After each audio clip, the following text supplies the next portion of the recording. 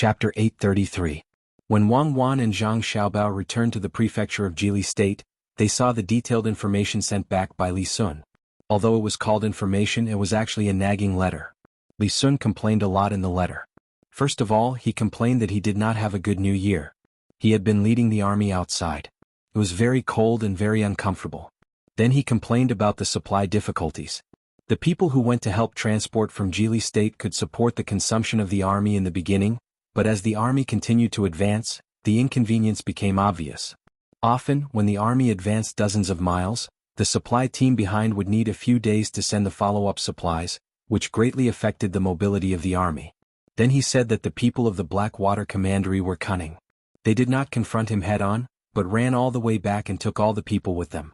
Before the new year, when they were about to catch up, they had to give up because of a heavy snow, which allowed the people of the Blackwater Commandery to effectively gather. More importantly, many people who were taken from Shuzhou were sick and needed people to take care of them. The people who were taken from Jili State did not have a good time either. In the beginning there was no problem. It seemed that they had adapted to the cold environment. However, as they fought on the snowy ground for a long time, many people had frostbite. In short, the Blackwater Commandery was not a place where people could fight. They needed support. They hoped that Wang Wan, who was like a god of war, could show her power again. After reading the letter, Zhang Xiaobao smiled and said to Wang Wan, "It seems that Li Sun encountered the tactic of scorched earth and cleared field. In addition, the army was not adapted to the cold climate for a long time, so he was beaten silly." Wang Wan nodded and agreed. She said, "It seems that our adaptive training in Jili State is still not enough. I am very worried about the people who went to North America. I don't know if they can survive. There is no news back yet. Li Sun is really too much. He only knows how to complain. He doesn't know how to clearly write down the tactics of the enemy. It makes it difficult for me to judge what the enemy's general is planning. How else could he have fought? When winter comes, he should have used the fastest speed to infiltrate the enemy. I think Li Sun wanted fewer people to die and wanted to use the momentum of the army to crush the enemy. In the end, the enemy didn't compromise and used all the available circumstances to teach Li Sun a lesson. The mountains there are high and the forests are dense. There should be a lot of primeval forest. Fortunately, we didn't give him a rifle unit this time. Otherwise, it would be easy for someone to set up an ambush and steal the rifle.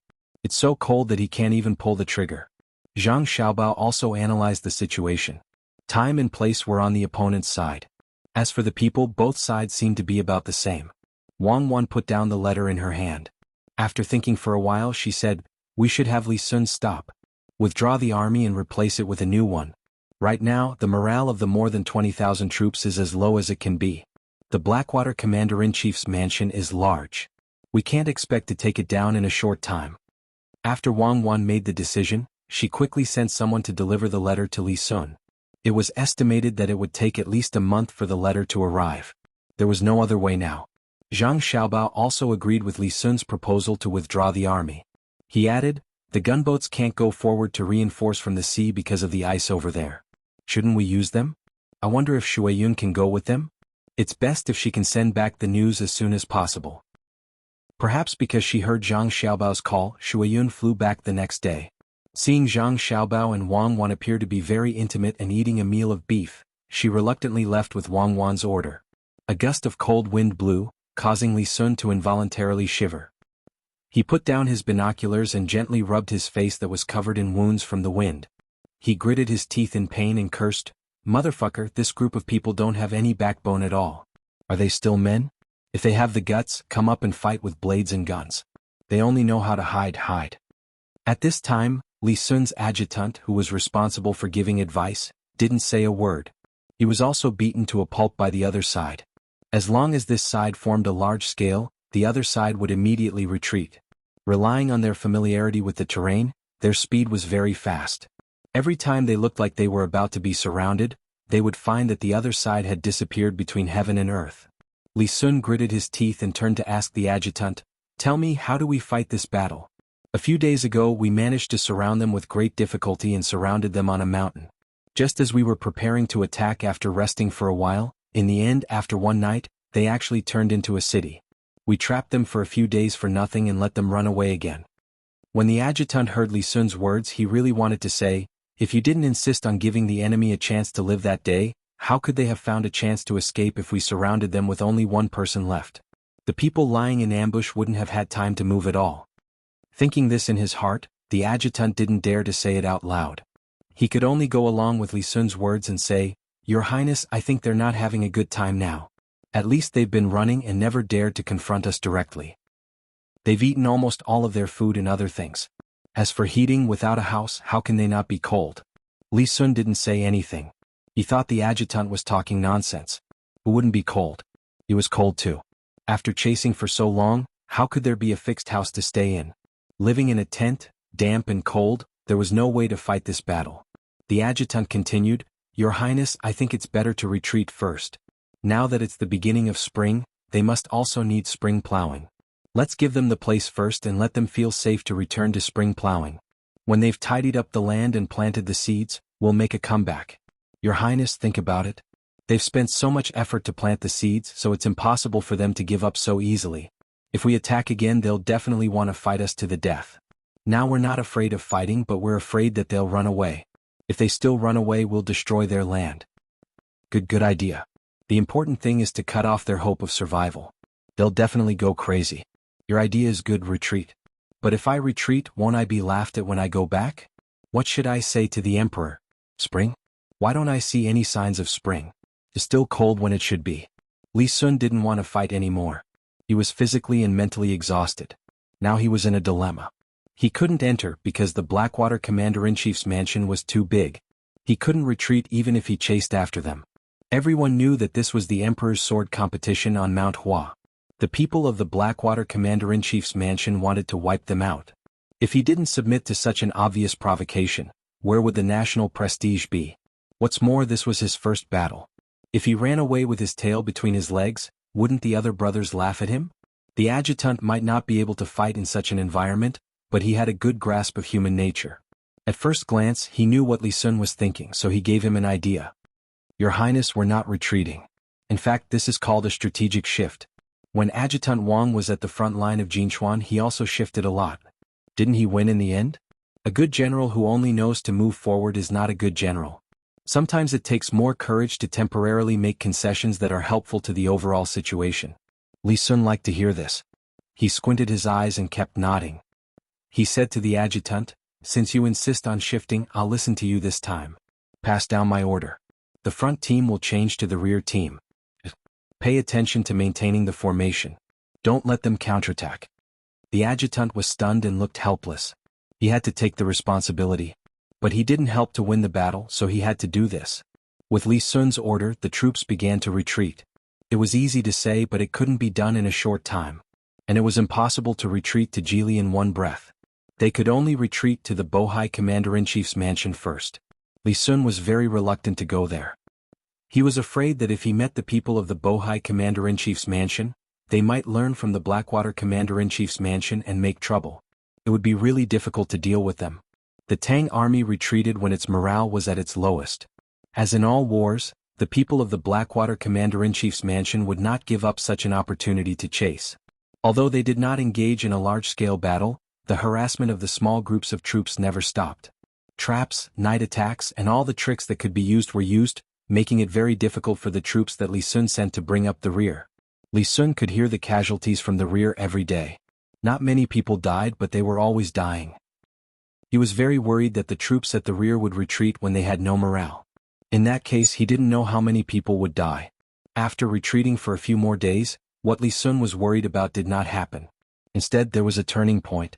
The 2,000 people left behind to stay behind actually built a temporary camp in an open place.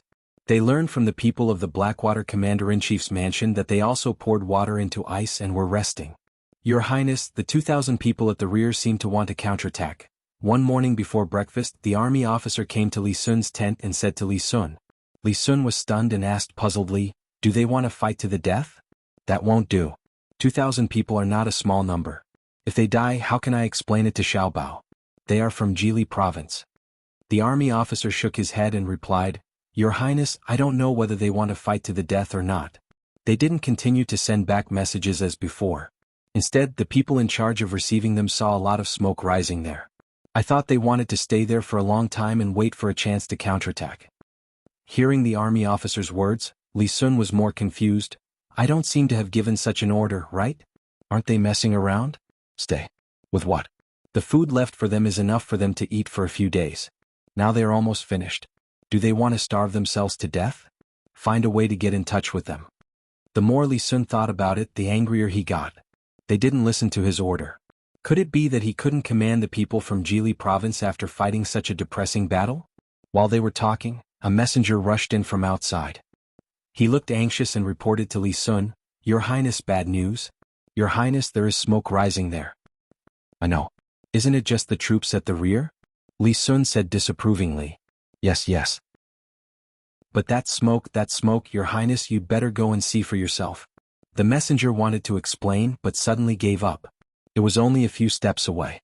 He could see the situation over there as soon as he walked out of the tent. Let's go and see. Li Sun, who was puzzled, walked out of the tent. At this moment there were many people standing outside. They were all looking towards the north. The first thing Li Sun felt when he came out was that it was a cloudy day. When he followed the others' gazes, he was frightened. He saw that in the north there was thick smoke that covered the sky. It was not smoke at all. It was smoke that would only appear when there was a big fire. At this time, the wind was blowing towards the north and a little towards the west. The smoke was also slanting towards the northwest. After being stunned for a while, Li Sun shook his head hard and shouted, Who knows what's going on? What happened over there? Everyone was at a loss. Standing beside Li Sun, Lu Jun muttered, It turns out that a big fire can be ignited in such a cold time. Even snow can't stop the spread of the fire. Li Sun nodded. It was also the first time he thought that such a big fire could be ignited. He suddenly had an idea that he didn't want to believe. He said to Lu Jun, Could it be that the people from the Blackwater Commandery saw that we were guarding the rear, so they got a lot of things to ignite the fire and wanted to burn them to death? That's 2,000 people. The army officer was speechless for a moment. His eyes were filled with fear and his body was trembling slightly. He seemed to be imagining the scene of those 2,000 people being burned alive. He had a painful expression on his face. Those were the elite troops of Jili State. Quickly think of a way for me to contact them and ask them to retreat. Retreat quickly. We should retreat too. If the wind changes direction, it will be troublesome. Li Sun quivered and shouted to the people around him. The soldiers around him shook their heads helplessly. How could they contact them? Who wouldn't die if they went there? At the moment when everyone was at a loss and helpless, a clear eagle cry suddenly sounded in the sky. Everyone couldn't help but look up. They saw a snow-white eagle hovering in the sky with its wings open. Then it began to dive toward the ground. When Lu Jun saw the eagle, the first thing that came to his mind was to shoot it down. He shouted, Quickly shoot it down so as not to hurt His Highness. After shouting, he found that many people didn't move. Only a few people pulled their bows. Before they could aim, Li Sun's voice came. Put down your bows. If you shoot it, you won't live. Shuyan, I'm here. Shuyan, come down. The eagle in the sky responded with a cry. As expected, it flew down toward Li Sun. It hovered at a low altitude. Seeing no danger, it landed on the tent and scratched a few holes in it. Your Highness, this eagle? Lu Jun had never seen Shuyan before. He didn't know what it did. This is Xiao Bao and Cuckoo's treasure. I didn't expect it to come here. Quickly have someone prepare some food. I want raw meat. Li Sun's mood suddenly improved a lot because of Shuyan's arrival. He rubbed his hands together and came under the tent. He looked up at Shuyan and said, Where did you come from? Xiao Bao and Cuckoo have a message? Shuyan nodded to Li Sun under the shocked gazes of the soldiers who had never seen it before. Then it raised one of its wings and pointed to the sea. It let out a short cry. From the sea? Are you with the fleet? Are you sending me a message? Li Sun picked up a thick wooden stick from the ground and put it on his shoulder. Shuyan nodded again. It opened and closed its wings and flew to Li Sun's wooden stick. It raised one of its claws and let Li Sun take something down. Lu Jun was dumbfounded. He muttered, Motherfucker, where did this goblin come from? Zhang Xiaobao and Wang Wan are already monsters. I can't believe they can raise an eagle like this. Shuyan turned its head and glanced at Lu Jun. Obviously, it had heard Lu Jun's words and expressed its dissatisfaction. Ha ha ha ha. Li Sun laughed, looking very happy. He said to Lu Jun, We only have one Shuyan in the world. This is good. As long as there is news, there will be a way. I don't know if the news came directly from the fleet or from somewhere else. While they were talking, Li Sun had already taken off the bamboo tube tied to Shuyan's leg. He also helped Shuyan massage it to relax. It was uncomfortable to be tied for a long time. When Li Sun stood up and opened the letter, someone had already brought the wild animals that had just been killed to him. They cut them into strips and put them on the ground. They wanted to see how Shueyun would eat them. However, Shueyun didn't move at all. It only stared at the person who brought the meat. Alright, let's do it this way. Those who should withdraw, withdraw, and those who should stay, stay. What's there to be afraid of burning the forest? As long as we can disrupt the enemy's deployment in the Blackwater Commander-in-Chief's office, everything will be worth it. Cuckoo is indeed cuckoo, she can command from so far away. After reading the letter, Li Sun suddenly seemed to change into a different person. He went from a defeated general to a victorious general. Lu Jun really wanted to see what was written in the letter. Seeing that Li Sun didn't give it to him, he had to change the topic. He pointed to the meat on the ground and asked, "Your Highness, does this eagle not like to eat venison?" It's called Yunshui. It's not that it doesn't like to eat it, but it's afraid of being poisoned. Shueyun, don't worry. Eat it. If someone dares to poison it, I'll kill his whole family. Li Sun explained to Lu Jun and made a promise to Shueyun. Shueyun shook its head and still didn't eat it. Obviously, it didn't believe Li Sun's promise. Go get a live one. Li Sun had to give another order. This time, a very thin rabbit was sent. It might have been hungry in the winter. Li Sun personally cut off strips of meat. Only then did Shueyun cooperate and eat it. Lu Jun looked at Shueyun enviously and asked Li Sun, "Your Highness, what are we going to do next?" "Most of the troops will retreat. Leave 2,000 people here and don't move. Leave as many supplies as possible. Then follow orders. This time I'll show them the power of our Tang army." Li Sun took out the letter he had just put away with a sneaky smile. Chapter 834. Li Sun, who had received the tactical support from Wang Wan, was completely relieved. Most of the troops retreated, except for those who had received instructions from the fleet in advance to cover the retreat. 2,000 people had already started to set fire. Li Sun left another 2,000 people behind to provide support, and at the same time divided into small groups to set fire. Billowing smoke rose from all directions, blowing here and there as the wind changed direction. The people who had finished setting the fire all hid by the seaside and did not move. They were under the protection of the gunships that could not continue to head north. Looking at the gray sky, Li Sun sighed as if talking to himself or to the people around him. "Unfortunately, I don't know how much wealth will be lost this time. It's all my fault.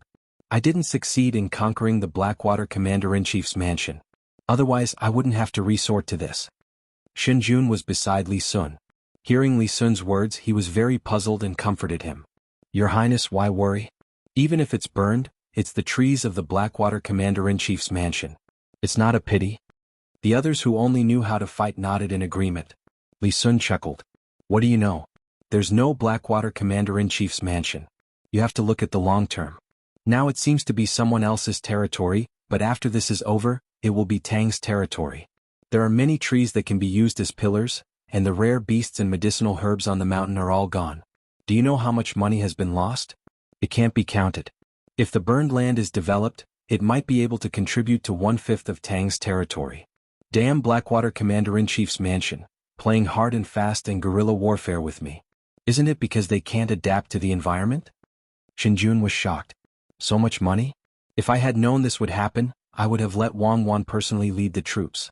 I think that with her ability she can definitely destroy the Blackwater Commander-in-Chief's mansion." Shinjun only realized after saying this that he was belittling Commander-in-Chief Tang. He was about to explain, but Li Sun waved his hand. "Yes, I'm not as good as Cuckoo, but Cuckoo can't come here to command the troops. Wouldn't that make it seem that Tang has her as a general?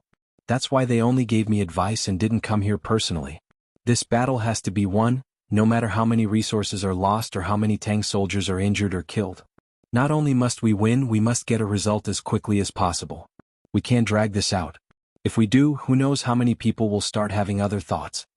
The army officer sighed and echoed, "Your Highness is right. Our Tang Empire is full of talents.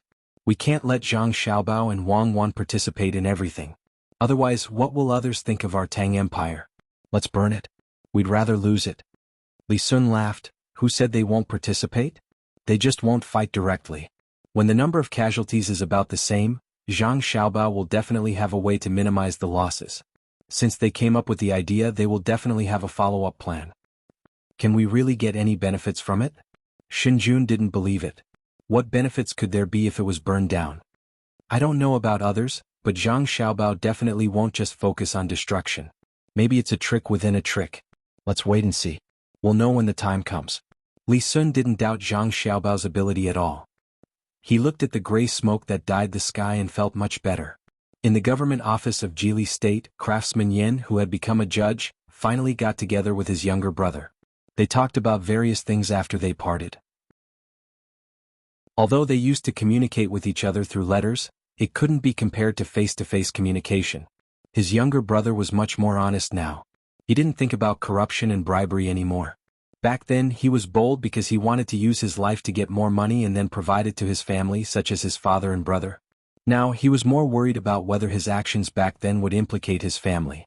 After learning that his brother was fine after embezzling 60,000 strings of cash, he secretly admired Zhang Xiaobao and Wang Wan's breadth of mind and decided to be a good official in the future. It wasn't that he didn't want to live a better life, but he knew that as long as he followed Zhang Xiaobao and Wang Wan and did things properly, he wouldn't be fooled by the fact that he didn't have much money now. Once he left office, whether he was promoted or transferred to another place, he would be rewarded handsomely. Now he didn't have much money, but he also didn't have enough to spend. All the necessities of life should be provided by the government office. The things given by Zhang Xiaobao and Wang Wan could only be described with one word: extravagant. If he was a county magistrate somewhere else, even if he tried his best to be greedy, he wouldn't be able to get the various furniture in his house now or the refined food every day. The two brothers met again after a long separation and had endless things to say. They sat in the Bihai Insha restaurant on the main street of the government office from morning until it was time to light the lamps. Perhaps because they knew that they couldn't eat much, the two of them ordered a few cold dishes and warmed up the wine. By the time night fell, they were already drunk, but they didn't make a fuss. There was an indescribable smoothness to them. I heard that you've been following Governor Zhang and have a deep understanding of him. How much do you know about him? Looking at the bustling scene of the brightly lit streets outside, craftsman Yin felt much more energetic after drinking a large bowl of hangover soup and asked his younger brother. The county magistrate, Yin Arian, who was called was very embarrassed at this time. In the past, when he wrote to his older brother, he didn't dare to say that he was targeted and thrown to Zhang Xiaobao and Wang Wan to deal with. He only said that he was chosen by the two, so he was transferred from another place to Xinsai County, which was close to Baoxing County. Then he was transferred to Jili County and promoted all the way from an ordinary county magistrate to the position of county magistrate. He asked people to bring back good things like fungus, ginseng, sea cucumber and so on. He also said that Zhang Xiaobao gave him because he performed well. In fact, all county magistrates had this treatment. Hearing his older brother's question, he hesitated but still decided to tell the truth. He stood up and said a few words to the waiter in the restaurant. After a while, the waiter of the restaurant served a pot of tea. He poured a cup for his older brother and picked up a cup for himself. He said, "Brother, try this Maojian tea. It's premium Maojian tea. It's only a little worse than the premium Maojian tea given to the emperor and a few important people. You can't buy it outside even if you have money." Craftsman Yin was stunned. He picked up the cup and tasted it. He nodded and said, "It's indeed better than the one I bought. The package I bought also said premium. Why is the taste different? Did they fake it?" After drinking 2 sips of tea, Craftsman Yin felt like he was cheated and was angry. Yin Arian smiled and said, "It's not fake. The package says premium, so it's premium. It's just premium Maojian tea that can be bought and sold. It doesn't count those that can't be bought and sold. If you like it, you can take more when you leave." "Oh, I'm leaving. I'm in the manor now. It's time for me to go back to Yiying County. Why don't you give me good tea? You said you can't buy it? Where did you get this tea?" Craftsman Yin smacked his lips and savored the bitterness and sweetness of the tea. He was very happy that his younger brother was living a good life now. "It's from the Blue Sea Silver Sand. You're now the magistrate of Jili Province. Your benefits are better than mine. I won't use my own things to make up for it. I say I understand Governor Zhang, and I really do. How can I not understand the so-called enemy? It's a pity that I'm too bad as an opponent. He doesn't recognize me as an opponent. I've racked my brains to create some trouble, but he doesn't even look at me. I've worked myself to death and learned some skills. It's nothing more than a fool's dream to want to deal with Governor Zhang. Big brother, what do you want to know? I'll tell you what I know." After Yin Arian told him his original thoughts, he felt much more relaxed. It was as if he had put down a heavy burden. His words shocked Craftsman Yin. He began to look at his younger brother again. He wanted to see if his younger brother had 3 heads and 6 arms. He actually dared to go against Governor Zhang. After looking at him for a while, he lowered his voice and said, "Arian, didn't the letter say that Governor Zhang likes you? Why did it change?" Arian smiled bitterly and said, "How could he like me? Any random person from his family is better than me. It was the emperor who liked me. No, it was the emperor who liked him. He put me, a useless official, by their side to train them. I'm not the first one. The first one was a man named He Yiwei. Now he's a high-ranking official in Yaozhou. I came later. His Majesty wanted to see what they were capable of, so he threw me around them. After a while, the edges and corners in my heart were smoothed out. Before I came to Jili province, I wanted to make trouble for them. In the end, I didn't succeed. I didn't want to accept it, so I did my best to understand it. That's why I wrote to you about how to build the province. Don't worry, I've already given up on my previous plans. I'm going to follow them and be a good official. I won't be as reckless as before." When Craftsman Yin heard the last part of his brother's words, he wiped the cold sweat on his forehead. He let out a long breath and asked, "How much do you know?" "A lot. I know that their family has a lot of money. They have a lot of shares in the Tang Bank. They also do business between the clouds and the water, between the clouds, blue sea, silver sand, and the supermarket. They also do business on roads and bridges. They also have a fleet on the Yangtze River and the Yellow River, a fleet on the sea, and a land transport team. Luzhou is their world. They also have a huge force in Tubo's Jinchuan. They have a big ranch in Feng province. They have a winery and a ski resort in Wing province. There's no need to mention this place. In addition to these, I also know that they have a lot of weapons. Not all of them are exposed to the public. I know that the number 0 seedling protection team of their 2 families has started to form their own teams. They are trained to be generals. I know that all the servants in their family's inner court are very powerful. I know that there is an even more important matter that others do not understand, and that is that in my observations, I have discovered that they are not thinking about fighting with the officials of the Great Tang, nor are they thinking about competing with the merchants of the Great Tang. They want to solve all their problems at once, such as... Yen Er told his brother what he knew, but before he could finish, his mouth was covered by his brother's hand. Craftsman Yen looked around nervously. When he saw that there was no one else, his face turned yellow. He moved closer to his brother's ear and said, "Second, let's not talk about what they want to do. If they want to rebel, they need evidence. Otherwise, trouble comes from the mouth." "Brother, what are you talking about? Rebel? Who's rebelling?" "I didn't say that the Zhang family and the Wang family wanted to rebel. If they wanted to rebel, they would have done so long ago. With the strength of their 2 families, even if they don't directly become the emperor, they can at least control half of the country. What I want to say is, for example, they sent people to travel along the sea. It seems that they are looking for some very good things. From the people in their family's inner court, I heard that as long as they can find those things, our Tang won't have to fear any disasters in the future. Also, they want to turn all the places they can see into our Tang's land. Xinyuan Island is one of them, but there will be more in the future. For example, the Bohai Sea Commander-in-Chief's office. In the past, our dynasty couldn't directly control it, but now we can. They are currently attacking the Blackwater Commander-in-Chief's office. Once they take it, they will continue to occupy the north. What I want to say is that if you follow Zhang Xiaobao and Wang Wan, you won't have to worry about not being able to become a high-ranking official. Wang Wan doesn't have to worry about losing a war. Even if they don't have the legendary mystical abilities with just their weapons, others won't be able to defend their territory. Zhang Xiaobao's ability to build a territory has already reached the level of a demon. I've studied it before. Miraculously, no matter where they go, they can always find the local resources very quickly. There are coal mines, iron mines, gold, silver, copper, and so on, as well as all kinds of local specialties. For example, when I interplanted soybeans and sesame seeds in Shinsai County, they produced sesame oil. Sure enough, it's different. It tastes good and sells well. Yen Er's words left his brother dumbfounded. Craftsman Yen knew of the power of the Zhang family and the Wang family, but he didn't know so much about it. Only after hearing from his brother did he truly understand the power of the Zhang family and the Wang family. If that's the case, doesn't that mean they can turn stone into gold? No wonder the 9 children in their family can be so arrogant. At such a young age, they are already 4th-rank officials.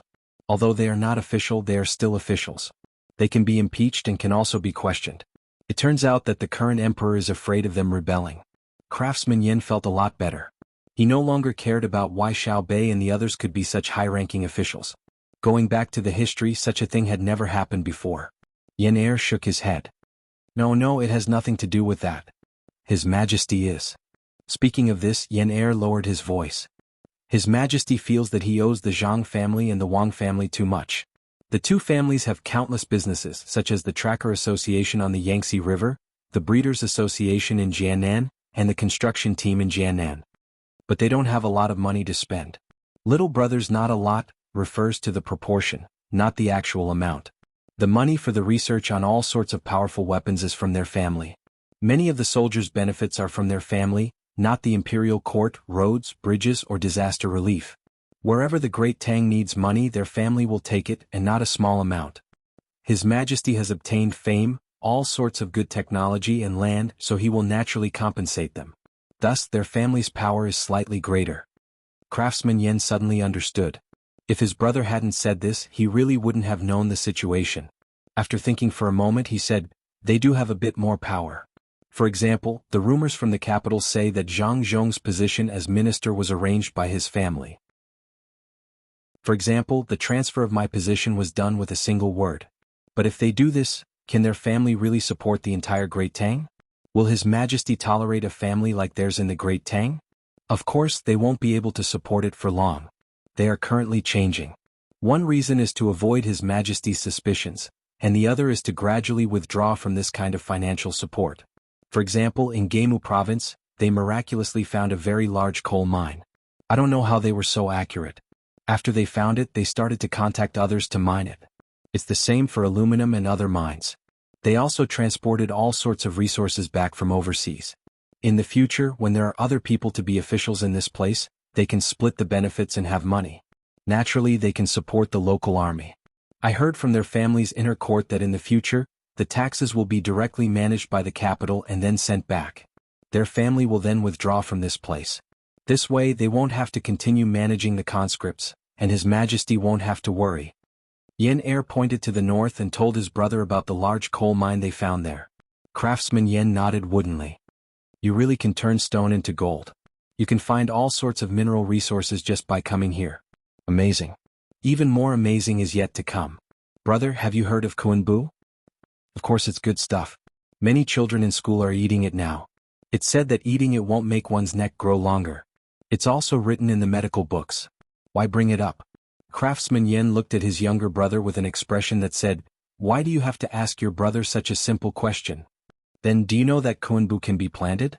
Do you know that the wood ear I usually ask people to bring back to my family is planted by their family? Have you seen the place where ginseng is planted? Have you seen the pearls that are planted? Yen Er asked one question after another. Every time he asked a question, Craftsman Yen would shake his head vigorously. When Yen Er was done, Craftsman Yen blinked and said in disbelief, don't tell Big Brother that they can grow these things. Yen Er did not say anything directly.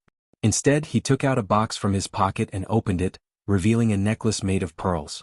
He pushed it in front of his brother.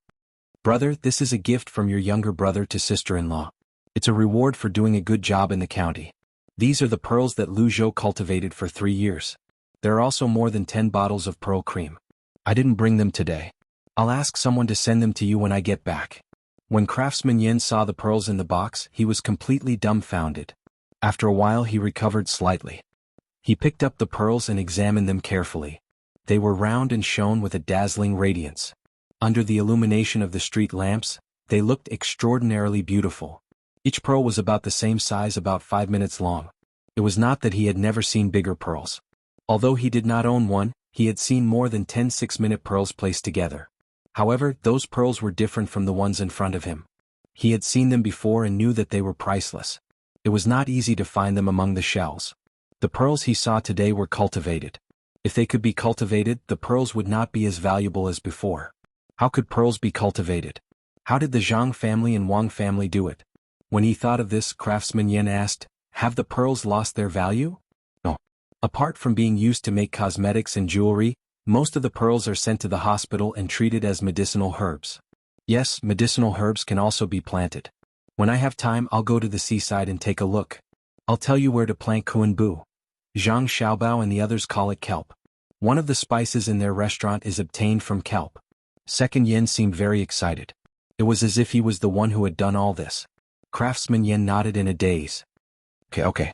The stars in the sky were sparse and the moon was bright. Craftsman Yin had yet to recover from his shock when he returned to his own courtyard. Today, from what his younger brother told him, he completely understood the background of the Zhang family and the Wang family. He was not afraid of their influence. Instead, he was happy. He was so happy that his mind was in a daze. He liked to research all kinds of things. Researching things required a lot of money. If he succeeded, it would be fine. If he failed, he did not know how much money he would need to replenish it. From now on, as long as he followed Zhang Xiaobao and Wang Wan, money would not be a problem. Just like what his younger brother said before they parted, if he followed the Zhang family and the Wang family, he would not have to think about other things. He would work hard and be loyal. In the future, as the territory expanded, he would need more officials. If he caught the eye of the Zhang family and the Wang family, it would be easy for him to become a provincial governor. He would work hard, whether it was for his interests or for his future position. Craftsman Yen made up his mind.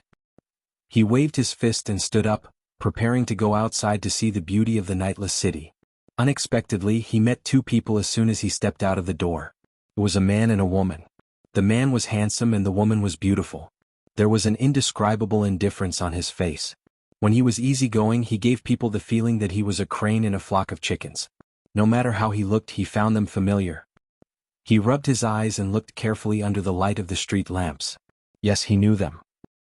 Provincial Governor Zhang, Adjunct Officer Wang, why are you two here?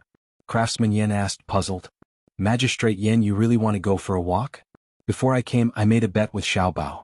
I said that after drinking with your younger brother today, you should be tired and would go to bed early and come back tomorrow. Xiaobao said that you would definitely sit in the courtyard for a while and then want to come out. Who would have thought that you would really come out? Wang Wan blushed slightly as she spoke. She glanced at Zhang Xiaobao. Zhang Xiaobao had a smug look on his face. It was unknown what the bet was. Craftsman Yen did not pay attention to other people's expressions. His own face had changed, becoming incomparably pale. Before he came out, he had been frightened by the conversation with his younger brother. He had not recovered yet. Now he was frightened again. Wasn't this too amazing? He could even predict whether he would go out or rest at night. Before he could even take a step out of the door, he was already blocked at the door. What else did they not know? No wonder his younger brother was so arrogant. With this kind of ability, he would not lower himself to his younger brother's level. When his younger brother did something, he did not need to send people to monitor him. Perhaps he could predict it with his fingers. The heavens, the earth, it was no wonder that they led the army to war or engaged in economic construction, and discovered all kinds of mines so smoothly. It turned out that it could be calculated. It was no wonder that His Majesty was so good to the two families. Presumably, His Majesty was aware of their abilities and might even calculate the fate of the country. The result must be good. Official Yin, what are you thinking about? Perfect, the two of us have something to say to you. Let's go out and take a look. To be honest, even though the two of us watched over the construction of this place, the two of us did not have much time to appreciate it. We were busy all day running from east to west and from west to east. At this time, Wang Wan spoke to wake Craftsman Yen. That's right. The two of you must be very tired. It must be very tiring to predict. Craftsman Yen followed up on his earlier thoughts. Zhang Xiaobao and Wang Wan were stunned. At the same time, they smiled at Wei Wei. They did not explain what psychology was and walked on the street with Craftsman Yen. Craftsman Yen was a little nervous and a little excited. He did not know how to talk to Zhang Xiaobao and Wang Wan. After walking for a few dozen steps, he seemed very bored. It was Zhang Xiaobao who spoke first. Official Yen, do you want to be an official or a researcher? If you want to be an official, look at the construction situation of Zhua County. As long as you don't go greedy for money to do research, I can arrange for you to be the provincial governor of a province. Zhang Xiaobao's words stunned Craftsman Yen. He then reacted and asked, what if I do research? If you do research, you can't be an official. You can only be a research official. It's not the Ministry of Works, nor is it the Military Weapons Administration. It's a new department that will appear soon. What you need to do is to research all kinds of technology. There will be other people taking care of your daily life. Zhang Xiaobao told Craftsman Yen about the things he had been thinking about recently for him to choose from. Craftsman Yen knew that if Zhang Xiaobao said that there would be a department dedicated to this in the future, there would definitely be one. No one in the imperial court could stop it. Which aspect did he want to work on? The meaning behind his words was that as long as he became a research official, he would not be able to manage the people. He had to consider it carefully. As he thought about it, Craftsman Yen raised his head to look at the bright street lamps. For a moment he did not know how to answer. Wang Wan also looked at the street lamps and explained, "The electricity used for these street lamps is driven by wind turbines. They found a vent here and set up a cluster. No matter which direction the wind blows, there will be a windmill that will turn. Usually, it will provide public services and street lamps in the provincial capital. Some merchants who are willing to spend money will also receive electricity. This is all due to the advancement of technology. If the steam engine is good enough and can be used to generate electricity, there won't be a need for a vent. Being a research official is a blessing to the people. In fact, researching more advanced technology will also benefit many people. As for the treatment of technical officials, they will be treated the same as administrative officials. At the current stage, they will be treated better than administrative officials. Our great Tang needs the rapid development of technology to leave other countries far behind. We need to build bigger ships and search for more useful resources overseas." As soon as Craftsman Yen heard this, he understood what Wang Wan meant.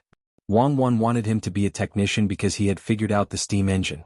He couldn't help but feel excited when he thought about how the things he made in the future could be as convenient as this electric light. He felt a great sense of achievement. "Adjunct Wang, is my steam engine going to be used on the people soon? I will continue to improve it and try to make it smaller and easier to use. What benefits will the people get from it?" In an instant, Craftsman Yen felt that he was very noble to be able to use the things he made on the people. Wang Wan and Zhang Xiaobao also admitted that Craftsman Yan's idea was noble, but the two of them couldn't follow Craftsman Yan's suggestion and use the steam engine on the people. Zhang Xiaobao glanced at Wang Wan and said to Craftsman Yen, "Lord Yen, the steam engine is good, but it can't be used on the people right away." "Then where should we use it?" Craftsman Yen was surprised. "Use it on warships. I'm sure Lord Yen has heard that we have a very powerful naval weapon called the gunboat. Wherever it goes, even ghosts and gods will retreat. However, the speed of the ship is still too slow, and it consumes a lot of manpower. A lot of space is wasted. If we put the steam engine on the ship will be faster and save the space needed to move the oars. We can also carry more cannonballs and hit whoever we want." Zhang Xiaobao explained to Craftsman Yen directly. Craftsman Yen opened his mouth and sighed. He said, "So it's used to kill people. The invention of this technology isn't to immediately benefit the people?" "Yes, it's used to kill people. People don't accept it, then kill them. If they accept it, then it's a deterrent. It's not directly benefiting the people, but it's still in the category of benefiting the people. Without powerful military force, how can the people live a stable life? Good technology should always be used on the military first, even if the creator of the technology didn't think so. For example, when my family made firecrackers, it was to prepare for cannonballs in the future. Now go to Tubo and say you're from the Great Tang. See if anyone dares to be disrespectful to you. Go to Xinlua and see if they dare to expel you and look down on you." Zhang Xiaobao was afraid that Craftsman Yen would give up being a technician. Such a talent was not easy to find, especially since Craftsman Yan's thinking was what Zhang Xiaobao and Wang Wan needed the most. Therefore he gave an example when persuading him. Craftsman Yen lowered his head and thought for a moment. Then he raised his head and looked at the people walking on the streets. He nodded and said, "They don't dare. They're already scared, especially Xinlua. Your Jili province is so close and you can attack from both land and water. Plus, with Adjunct Wang's vengeful personality, they don't dare. Just like what Adjunct Wang said when he led the logistics camp in Yingzhou to kill the Tubo people, if you kill me, I'll slaughter your village." Thinking about it, the people who died in battle, the people who starved to death, and the hundreds of thousands of slaves who ran to your hands should be enough for each person to slaughter a village. "Then, Lord Yen, have you thought it through?" When Wang Wan heard Craftsman Yen mention her, Wei Wei smiled and asked.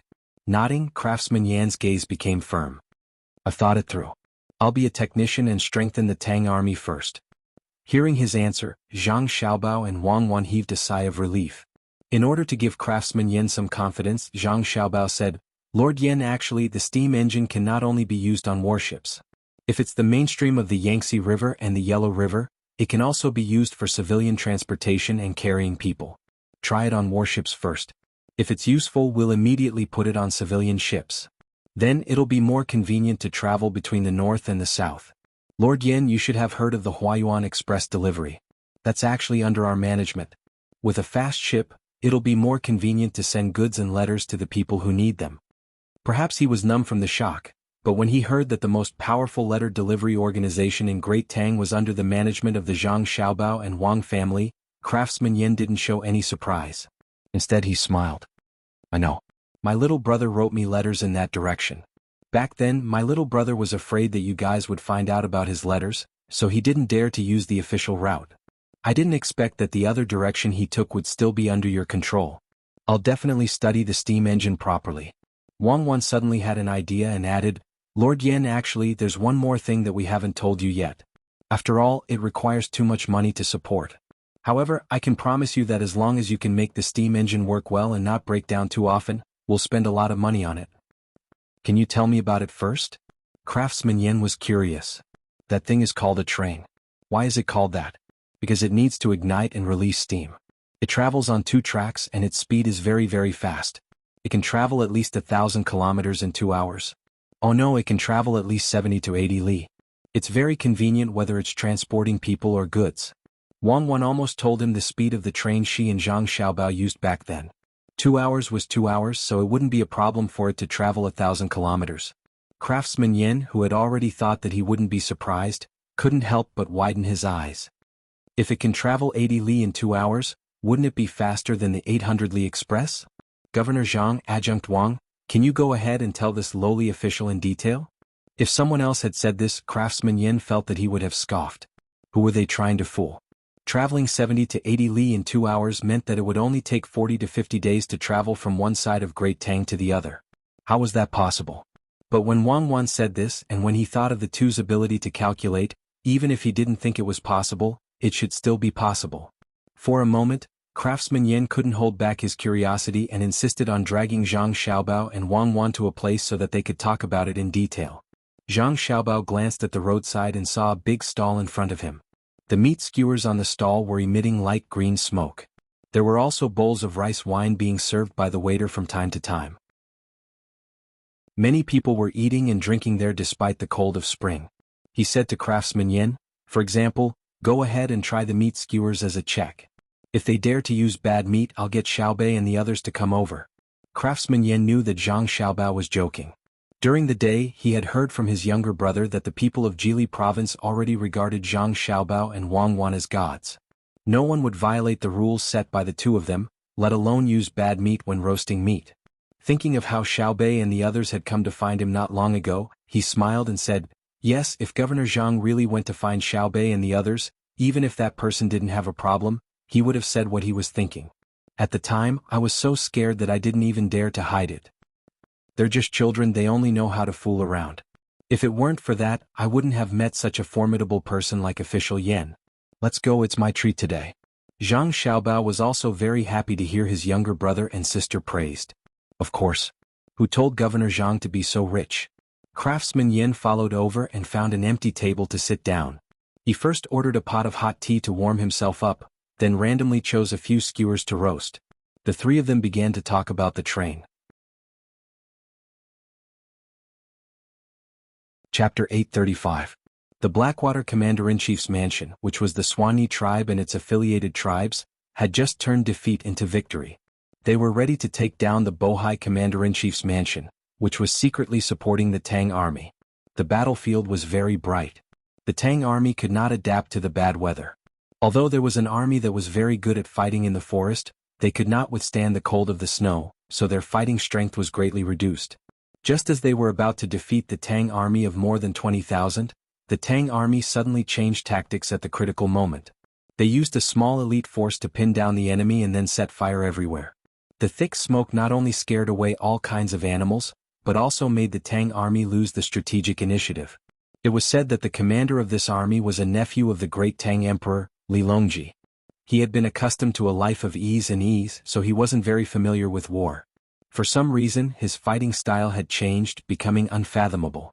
It was impossible to continue north. That kind of cold would not be relieved by the change of season. Coupled with the cold of the late spring, one would die if one went. If they wanted to head west, those high mountains would not be easy to cross, and even if they did, they would probably be met with fierce attacks from the Turks. They would not give the Great Tang an excuse to send a large army to pressure them. There was no need to consider the south. That was the territory of the Tang army. The only place that could temporarily avoid the fire was the east. If they went down the mountain and ran to the coast, the fire could not reach the water. After this consideration, the Blackwater Commander-in-Chief's mansion began to carefully move toward the coast. Fortunately, the sea was still frozen where they were going, so the Tang ships could not get close. Throwing away everything that was in their way and taking only clothes and food, the people of the Swanee tribe headed for the seaside. They no longer thought about taking down the Commander-in-Chief's mansion in Bohai Sea, nor did they have any intention of wiping out the entire Tang army. Li Sun, who had been staying by the seaside in the south, had been living quite comfortably for the past few days. Originally, he was worried that they wouldn't be able to win the war, but after seeing Zhang Xiaobao's follow-up plan, he knew what to do. The hot air balloons on the fleet rose to avoid the smoke and were responsible for patrolling high in the sky. Your Highness, what do you think is so coincidental? Why do all the people in the hot air balloons on the fleet come from Idyll? If it were people from Shuzhou who flew to such a high altitude, they would be frozen to death even if they were not scared to death. What a coincidence. Li Sun did not see the plan in Li Sun's hands. It was not about the military and there was very little about it. Most of it was about the construction after the war. It involved a lot of benefits and Li Sun did not want others to know about it. Otherwise he would not be able to benefit much. Hearing Lu Jun's words, the team responsible for protecting Li Sun huddled close to Li Sun and rested. They had the same thought as Lu Jun, which was that this was a good idea. It just so happened that there were people in the fleet who were used to the cold weather. Li Sun glanced at Lu Jun and curled his lips. What coincidence? Do you think everyone is as stupid as you? Didn't you know it was cold when you sent the fleet here? It has already been prepared. No matter what the situation is, it will not be affected. Now, we don't need these 2,000 people. Go up the mountain and grab the things. Don't miss the roe deer and all kinds of game including mushrooms and other mountain vegetables. Lu Jun wanted to see the plan in Li Sun's hands, but he knew that His Highness would never give him the chance, so he had to follow the order and arrange it. When he came back, he worriedly advised, Your Highness, should we get on the ship? If the people of the Blackwater Commander-in-Chief's mansion also come to the coast and suddenly rush over from the north, Your Highness will be in danger. I'm just afraid that they won't rush over. It's better if they rush over. Xiao Bao and the others haven't seen if the new weapons they made are good. It's just right to use them on the enemy. The rest of the guards, don't be idle. Go and dig a hole for me. Think about how to avoid the explosion under your feet. Try to calculate the enemy's reaction. Go. Li Sun gave another order. The guards didn't know what the commandery prince wanted to do, so they obeyed and really went to dig a hole. 2 days later, all the holes were dug. None of them were deep, only about half a foot. At this time, Li Sun asked someone to signal the fleet on the sea. The fleet immediately lowered a small boat. When they arrived, the guards saw many iron pancakes. The people who delivered the iron pancakes were very careful when moving them, as if they could take people's lives at any time. Lu Jun looked at them for a while. In the end, he still couldn't figure out what the iron pancakes could do. He asked Li Sun, Your Highness, can those things kill the enemy? Li Sun had already moved some distance away from the boat. She worriedly watched as the iron pancakes were placed into the holes that had been dug. She nodded her head and introduced, Those things are called landmines. Do you know about cannons? Cannons are used for active attack while landmines are used for passive defense. So it's the same as cannonballs. One explosion will kill people? Lu Jun also began to retreat. He knew the power of cannonballs. That's natural. After stepping on it, as long as you raise your foot, it will explode. There's also a trip mine and a hanging mine. The psychological deterrence is far greater than cannonballs. You must be careful. Don't go over after you bury it. Otherwise, even if you have several lives, it won't be enough to kill you. Li Sun only knew about this kind of weapon. He had never seen it in detail, but when he introduced it to others, he seemed to know it very well. Lu Jun didn't doubt Li Sun's words. He also didn't doubt the authenticity of the weapons sent by the Zhang family and Wang family. He pulled Li Sun back and hid, afraid that he would accidentally step on one. Even though he knew that the place where the landmines were buried was very far away from him. A guard stood in front of Li Sun, his body faintly blocking that direction. He curiously asked, Young master, why did you ask them to catch all kinds of wild animals and collect mountain vegetables? Of course it's to make money. In this mountain, Xiao Bao wrote in his letter that there are many kinds of resources, especially minerals. When the time comes, it won't be easy for us to occupy them. However, other resources won't be a problem. Animals will run. No matter how big the mountain fire is, it will start from one direction. Most of the animals will run away. Some will run further west and some will run to our surroundings. Xiao Bao and the others can't continue to pay. Otherwise, the imperial court will think that they want to stretch their hands too far. Sometimes it will make people jealous. Li Sun had been with Zhang Xiaobao and Wang Wan for a long time.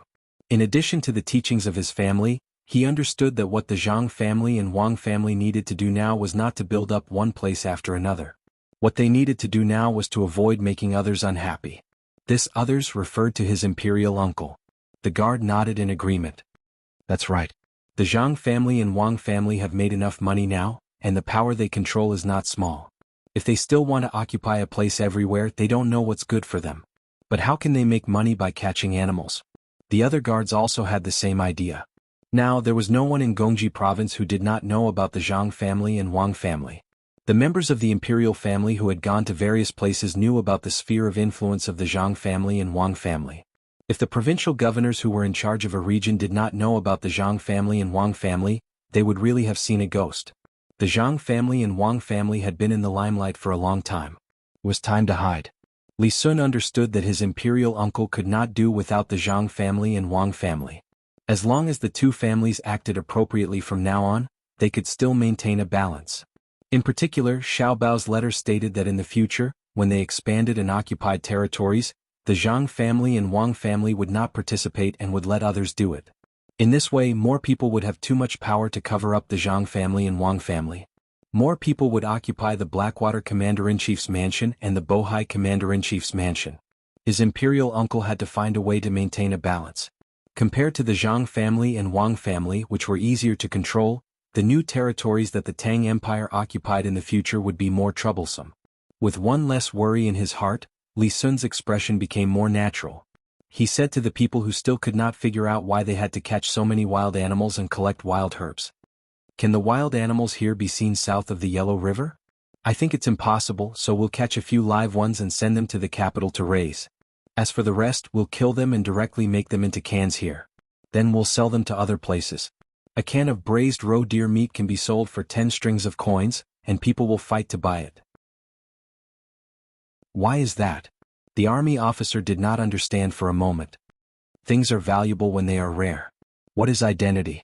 Being able to wear clothes that others can't wear and eat food that others can't eat is called identity. I think 10 strings of coins for one is cheap. When the time comes, we'll definitely sell them at a higher price. If we entertain guests at home and can't take out a few cans of roe deer meat, it's shameful. Li Sun suddenly felt that he had become smart. Everyone else was a fool. No matter whether they were really stupid or pretending, at least he felt comfortable in his heart. So, all the animals here can be sold for a lot of money? The army officer thought about it and was very excited. He wondered if he should catch a few more before leaving and show them off when he returned to the south of the Yellow River or even further south. It would be good even if he could let his family have a taste. This was a treasure. Many animals had never seen it before, let alone eaten it. Li Sun nodded and said, "The money earned from this will be used to recruit people from other places. Don't think that a large part of the forest will be burned down. As long as the ashes are nurtured for a year, they will be able to grow food. After plowing and plowing, when Xiaobao and the rest deliver new food, they will be specially used to cultivate seeds." Seeds? No. Is there food that hasn't been seen before? The army officer tried to guess what the new seeds looked like. Of course, if Xiaobao says there will be, then there will be. Moreover, the output will be very high. Even if people don't like to eat it, it can be used to feed more animals. It can also be brewed into wine. After purification, it can be used as firewood. Li Sun once again put the future matters on himself. He felt that he had participated and was also the organizer. Even if no one gave him credit, he thought that he could get a share of the credit. Now the people around him were silent. They all thought about the future and whether what His Highness said was true. In Jili province, Zhang Xiaobao and Wang Wan no longer bothered to think about the situation in Blackwater's Commander-in-Chief's mansion. The two people's energy was more focused on science and technology.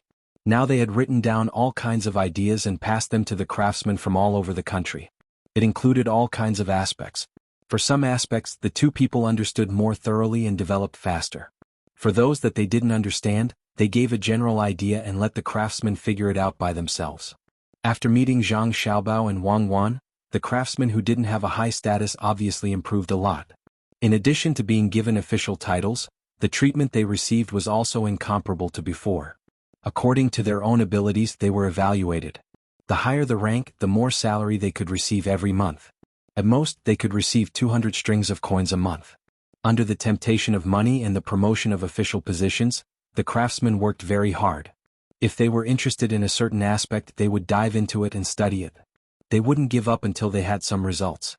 The leaders in charge of various fields, according to Zhang Xiaobao and Wang Wan's request, had to gather together once every 10 days to discuss their own achievements and areas that they didn't understand. They could get inspiration from other people's fields and cooperate with each other. More Taoists were also invited. They had nothing to do, so they refined pills. Zhang Xiaobao and Wang Wan didn't eat their pills, but they appreciated their persistence. They personally refined several kinds of pills for them. After using both fire and water methods, the Taoists saw a new world. On this day, after reading the report on the progress of the Industrial Revolution, Zhang Xiaobao and Wang Wan stayed in the room to discuss new things. There are still many Taoists from all over the country who haven't come. Think of a way to trick them. People like them are very useful if we use them well. They already have a lot of knowledge, but they lack a guide. We can't let them continue to pretend to be gods and ghosts. We have to get them into scientific research. Zhang Xiaobao had lost weight recently. He was busy with the matters of the bank and managing the accounts at home. He also had to learn physics and chemistry from Wang Wan and guide the other craftsmen. In addition, he couldn't fall behind on his younger siblings' homework. He didn't have a regular schedule and lost a few pounds. Wang Wan also didn't have it easy. She had to teach various theories to the craftsmen. Many theories required more theories to support and reason. Just the calculation equations of chemistry and physics gave her a headache. It wasn't that she didn't know, but that the craftsmen didn't have a good foundation. She began to explain various symbols, but it involved a very important problem. That was the Tao of heaven. Many craftsmen were more rigid and insisted that the sky was round and the earth was round. In fact, the meridian line had already been measured. Although it wasn't so accurate, it showed that they already knew that the sky wasn't round and the earth was round. Thinking of this, Wang Wan was very helpless. When she heard Zhang Xiaobao say that he wanted to recruit a large number of Taoists, she said worriedly, "If all the Taoists come, the local people will lose a spiritual pillar and will inevitably believe in Buddhism." Speaking of Buddhism, Buddhism is very useful. It involves a philosophy which has the same effect as Confucianism, legalism, and so on. It can strengthen people's hearts, persuade people to do good, and have an effect on mental illness. However, I am very opposed to this Buddhism. I don't see any other effect besides collecting money. Not all the people who believe in Buddhism are kind people, and not all the monks in the temple are compassionate. I am worried that Buddhism will rise again. Zhang Xiaobao frowned. He was really afraid that what Wang Wan said would happen. Once a religion was formed, there would naturally be people to perfect it. As long as there was a philosophy, it couldn't be completely eliminated. Not to mention the ignorance of the people now, even in the era where he and Wang Wan lived, it was the same. Many corrupt officials took out a lot of money and sent it to the temple, thinking that they could get the protection of the Buddha Lord because of what they did. The temple really accepted it and never asked where it came from. In the end, it became a profession. There were also various black-hearted businessmen who would rather spend tens of millions of yuan to the temple for stability than spend millions of yuan to do something practical. Of course, Taoism was the same. There were also various sects from foreign countries. There was no leader who really had no selfishness. It's very difficult to suppress. Although it's not easy to become a monk now, and there are various tests, so what if you pass the test? Buddhism was passed down from India, but the ones who really perfected it are actually as China people. That kind of sophistry makes people feel very helpless. I've experienced it more than once. Zhang Xiaobao became more and more depressed the more he thought about it. He rubbed his temples and complained. Then let's get Li Longji to destroy Buddhism again and return to the secular world. Wang Wan gave an idea. It's useless. Back then, the four olds were so powerful, but what happened in the end? Buddhism is in the human heart. As long as someone wants to use it, as long as someone still believes in it, it will never be destroyed. Actually, the most important thing is the spiritual sustenance of a person. If everyone only believes in themselves and doesn't look for other spirits, then it's simple. But this is impossible, right? Zhang Xiaobao could guarantee that his heart wouldn't change, but he couldn't make everyone in the world think the same way as him. Wang Wan also understood. The reason why people don't believe in themselves is because many people can't summarize a set of systematic theories related to the spiritual aspect. Think of a way. Even if you can't destroy it, you have to limit it and suppress it. Keep a portion of it and use it as a tourist destination in the future. In fact, many of the money earned by the temples back then wasn't all spent by the temples. My party still has its ways. Just like how there are always underworld gangs, if we really want to fight we can get rid of them in an instant. What kind of money can we use to supplement the tax? I've decided to write a letter to Li Longji and ask him to deal with Buddhism. Alright, we won't kill them but we have to limit them as much as possible. For example, Buddhism has to pay taxes, and the land that belongs to each temple has to be rented. Do you think that you can live a comfortable life just because you can recite a few lines of scriptures? Of course, we have to continue supporting those that we should support. For example, we have to make sure that they don't forget to add the imperial authority when they propagate their teachings. If a religion can't serve the ruler, then there's no need for it to exist. The ruler is too much of a failure. Zhang Xiaobao had also made up his mind to give them a sweet date after giving them a slap. Not only Buddhism, all the other sects in Great Tang had to be treated this way. They were not to believe in Tubo at all. Otherwise it would be troublesome in the future. While Zhang Xiaobao and Wang Wan were busy, Xiaobei and the others were not relaxed either. They were already officials in Jianan County, but they hadn't been appointed. It wasn't that they didn't want to, but they didn't know how to.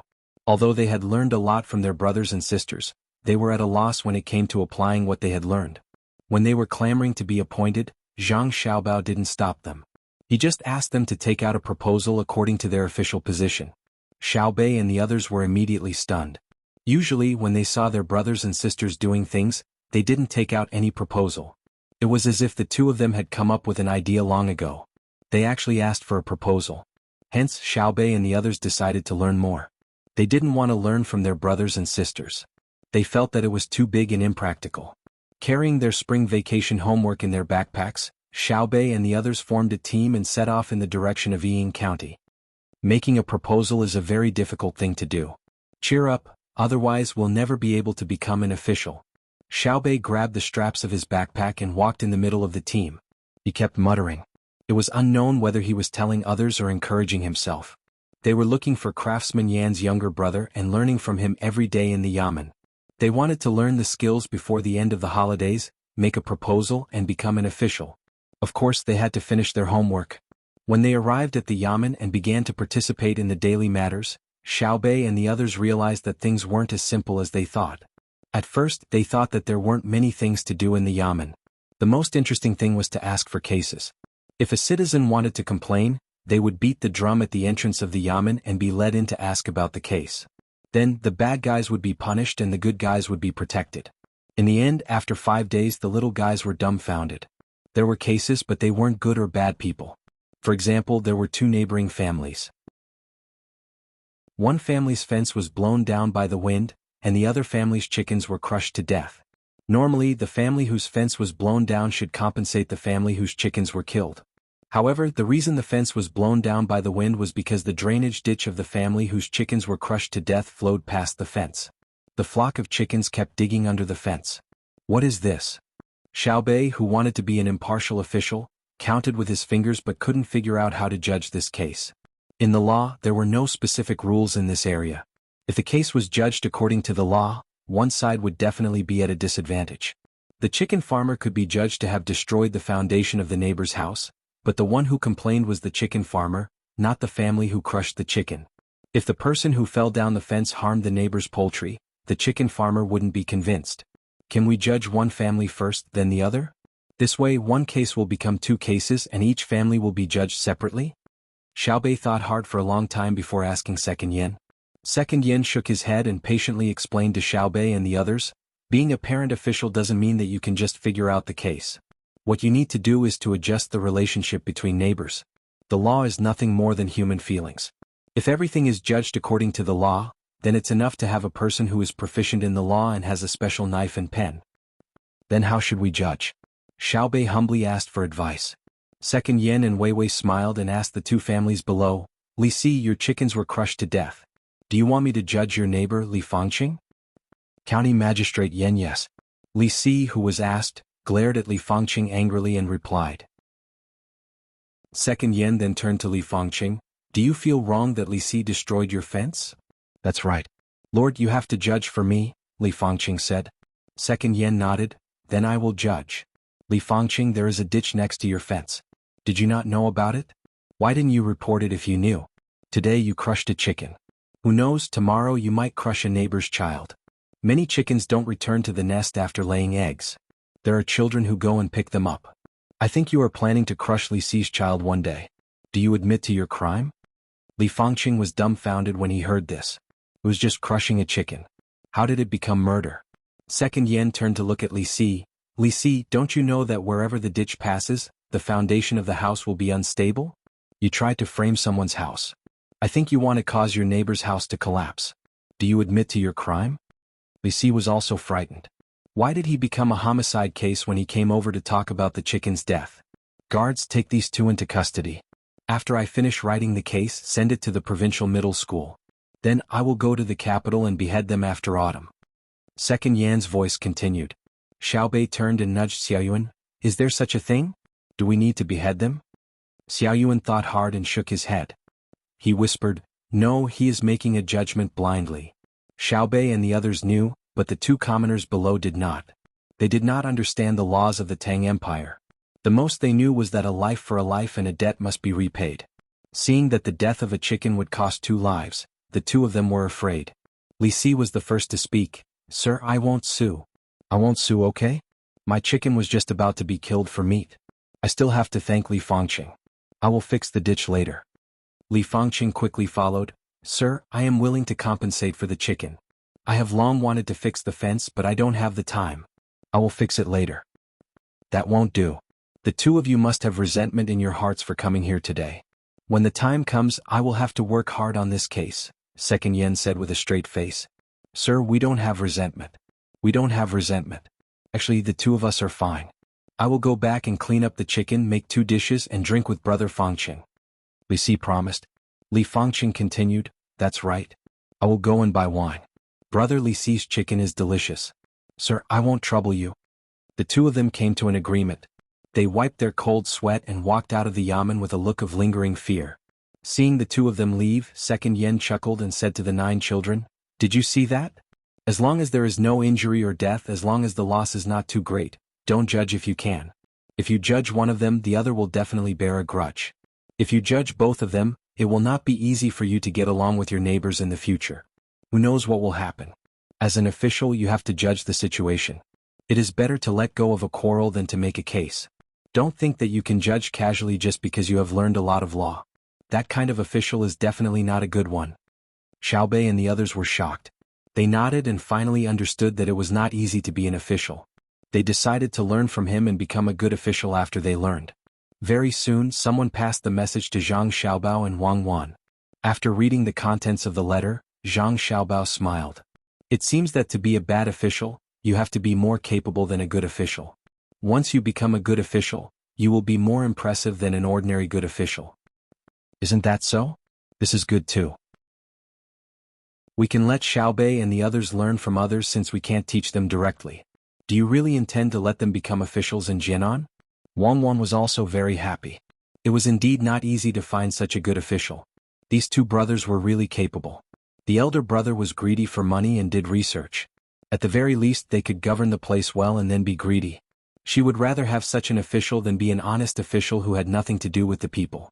Thinking of the appointment that Xiaobei and the others got from Li Longji, Wang Wan asked Zhang Xiaobao again. Zhang Xiaobao looked in the direction of Jianan and nodded. Once they have learned enough, let them go. There are not many people there. It's fine to let them go there and play. Even if they have to fork out money to let the remaining people live a good life, I will still give it to them. There's no need to repay me. You can just spoil them. What do you mean by spoiling them? Let them experience more. It's better than learning from us. There are many experiences that need to be experienced by oneself. Zhang Xiaobao shook his head and stopped thinking about his younger siblings. He picked up the map on the table and looked at it again. He asked Wang Wan to analyze where there were more mines. Half a month passed quickly. Xiaobei and the others had not finished their vacation and continued to learn from Yen Er. Zhang Xiaobao and Wang Wan were still waiting for the people they sent out to discover North America and return safely. Li Sun ended his leisurely days. As the weather warmed up, the seawater gradually melted. He was a little emotional when the people from the Blackwater Commander-in-Chief's office did not attack. He wanted to take the initiative to attack. Li Sun carefully looked at the map that was drawn up on the spot. Beside him, the military officer had a serious expression. They are now gathered at the coastal line. They know that I am here but they don't come to attack. What do you think they are planning? Li Sun pointed at the map.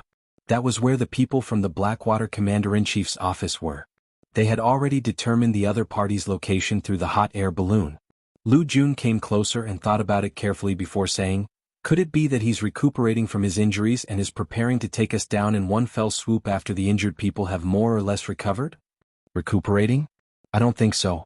I suspect that they know that we have gunboats here and don't want to put themselves in a dangerous place. It seems that we need to let the gunboats leave. Pass down my order. Let the gunboats sail to a place where people can't see. The hot air balloon in the sky continues to rise.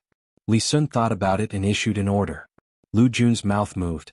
He wanted to persuade Li Sun not to put himself in a dangerous place, but in the end he did not say anything. He also knew that Li Sun's temper was not easy to change. He could only wait for the people from the Blackwater Commander-in-Chief's office to attack and protect them. As the fleet retreated, Li Sun also pretended to leave. He sent all the prey to the fleet, including wild vegetables and other things. Then he set up camp and slowly retreated. He was right. The reason why the people from the Blackwater Commander-in-Chief's office did not attack them was that they were afraid of being attacked by the gunboats in the sea. After the gunboats retreated, Li Sun also pretended to leave. He immediately reorganized his team and chased after Li Sun. Li Sun had the hot air balloon responsible for reconnaissance. He found the situation early and took a detour to ambush them. When the people from the Blackwater Commander-in-Chief's office were about to enter the minefield, he suddenly rushed out. However, not many people rushed out, only about 300 people. It was obvious that they were the kind of people who stayed to cover the rear. The people from the Blackwater Commander-in-Chief's office were stunned at first. Seeing so few people, they ordered more than 2,000 people to continue to charge towards the 300 people. They did not know that there were deadly things buried underground. As soon as they entered the minefield, those who were not smart enough were blown up into the sky. Booming sounds were heard one after another. Those who were stunned by the explosion thought that the gunboats were coming back. Therefore they fled in all directions. Some ran back, some ran in other directions, and some even pretended to be dead on the ground. Apart from the people running towards the back who were fine, the people running in other directions stepped on the landmines one after another. Amidst the explosions there was a heart-wrenching sound. This completely shocked the people from the Blackwater Commander-in-Chief's office. They looked around blankly, hoping to find where the enemy was attacking so that they could escape in advance. Li Sun saw the opportunity and ordered the others to bypass the minefield and attack the people from the Blackwater Commander-in-Chief's office. The gunboats in the sea also turned to the north and attacked the gathering place of the Blackwater Commander-in-Chief's office. Due to the high mountains and dense forests, the hot air balloon, which could not play a big role, also began to gather and fly towards the camp of the Blackwater Commander-in-Chief's office. All of a sudden, the people from the Blackwater Commander-in-Chief's office were in chaos. After all, a defeated army was different from an army that was ready to attack the enemy. When Li Sun ordered the troops to rush over, he sent a signal to the 2,000 people who were hiding in the mountains at the beginning to form an encirclement. Not many people were killed by the landmines in the Blackwater Commander-in-Chief's mansion. The main reason was that the effect was too shocking. They died inexplicably, and those who ran back were under a lot of psychological pressure. They directly messed up the formation of their own side. When the enemies from 3 directions converged here, the people from the Blackwater Commander-in-Chief's office no longer had the courage to fight. They left some people to cover the retreat while the others ran further north with the old and the young, hoping that the Tang army would give up chasing them if they ran far enough. "Go after them. We won't kill those who surrender," Li Sun shouted loudly. He wanted to take the lead but was protected by others. He also shouted along with Li Sun. Those who stayed to cover the retreat and those who were hit by the mines surrendered first because they did not want to die. Li Sun left some people to tie them up and watch them while he continued to chase with the rest. The people from the Blackwater Commander-in-Chief's office were unable to form a formation because of the chaos. Plus, there were the old and the young in the team, so they could not increase their running speed. The more they ran, the more anxious they became. The more they ran, the more tired they felt. Cries came from the team from time to time. The old people who could not run gave up first, followed by the women and the children. The cries and shouts of those who were willing to stay resounded over the beach and the woods. Li Sun did not chase fast. Every time he got close, he would slow down and watch the old people and the women. There were no children, who were all carried by adults. The chase lasted for half a day. The people from the Blackwater Commander-in-Chief's office wanted to hide after a certain distance, but they could not hide from the hot air balloons flying in the sky. What was more, they thought that they had run out of the Tang army's sight, but in fact they were still within the range of the Tang army's telescope. Li Sun commanded his people to chase for another half an hour. Finally he could not run anymore. The main reason was that he did not have to catch up with the enemy at one time. Without the thought of fighting to the death, people were easy to slack off. Stop, don't chase, wait for them to run back. If they had run to the north earlier, I really wouldn't have been able to do anything. But who asked them to give me time to arrange? Rest, then face the enemy. Bring the captured people here, the best thing to do is to attack their minds. Li Sun gasped and put his hands on his waist. He really could not run anymore. Xinjun had been left behind. Compared with Li Sun, Xinjun was much worse. After all, Li Sun had received training from Zhang Xiaobao and Wang Wan. In fact, the people from the Blackwater Commander-in-Chief's office could not run anymore, but they had to. If they did not run, they would lose their lives. When they found that the pursuers behind them were silent, they cautiously stopped and temporarily reorganized. Many adults were listless, while the children were tired of crying, resting or sitting on the ground in a daze, waiting for the arrival of an unknown fate. A large number of things were thrown away in the process of running away. Only a few people still had jerky and pancakes. They sent people to look back and found that the Tang army really did not chase, so they began to gather up the edible things to fill their stomachs. Eating a mouthful of dry things and finding unmelted snow as water, the people of the Blackwater Commander-in-Chief's office had a very difficult time eating. After they finished eating, they felt even more tired after running for so long. Suddenly they heard the sound of killing coming from the north. They struggled to stand up and looked at the road that should have been their escape route. They saw a dense crowd of figures on the hillside in the north. The monarch of the Blackwater Commander-in-Chief's office looked at the less than 10,000 people around him and then looked at the thousands of vigorous Tang soldiers in front of him. He could not summon up any fighting spirit for a while. When the other party was less than 100 steps away from them, they all had helpless expressions on their faces. Where did you run from? The monarch of the Blackwater Commander-in-Chief's office wanted to know why he died. He knew that he could not survive in any case. After all, he had sent people to plot against Li Longji. A person stood out from the opposite side and shouted at the top of his voice, "Run, why don't you run again? Do you think you know to run north and we don't know to ambush you first? Well, I'll let you know what's going on." When Our Highness retreated, he began to order people to take boats to the ice over there. At that time the ice had not melted. He sent us to go around the ice to your back. We thought you could launch an attack a few days ago, but we didn't expect you to wait for so long. We almost ate up all the food we brought. Now you are surrounded on all sides and have been on the road for such a long time. I wonder if you still have the strength to fight. Surrender. Our Highness said that those who surrender will not be killed. Except for you, the leader, everyone else will be spared. Hearing his words, the people of the Blackwater Commander-in-Chief's office finally understood what was going on. For a moment they regretted. If they had not been worried that they would freeze to death in the north, they would not have been surrounded today. As the other side said, they had no strength to fight. They all looked at the monarch and wanted him to make a decision. If they fought, they were not afraid to fight to the last person. Chapter 836. Seeing them caught, Li Sun vented his anger and said, "You want to play guerrilla warfare with me? Don't you know what I do? You want to assassinate my uncle. If I don't teach you a lesson, where is the dignity of the Tang Empire? Take them away and take them back to the capital as soon as possible. My uncle is still waiting." Well, there are more people waiting.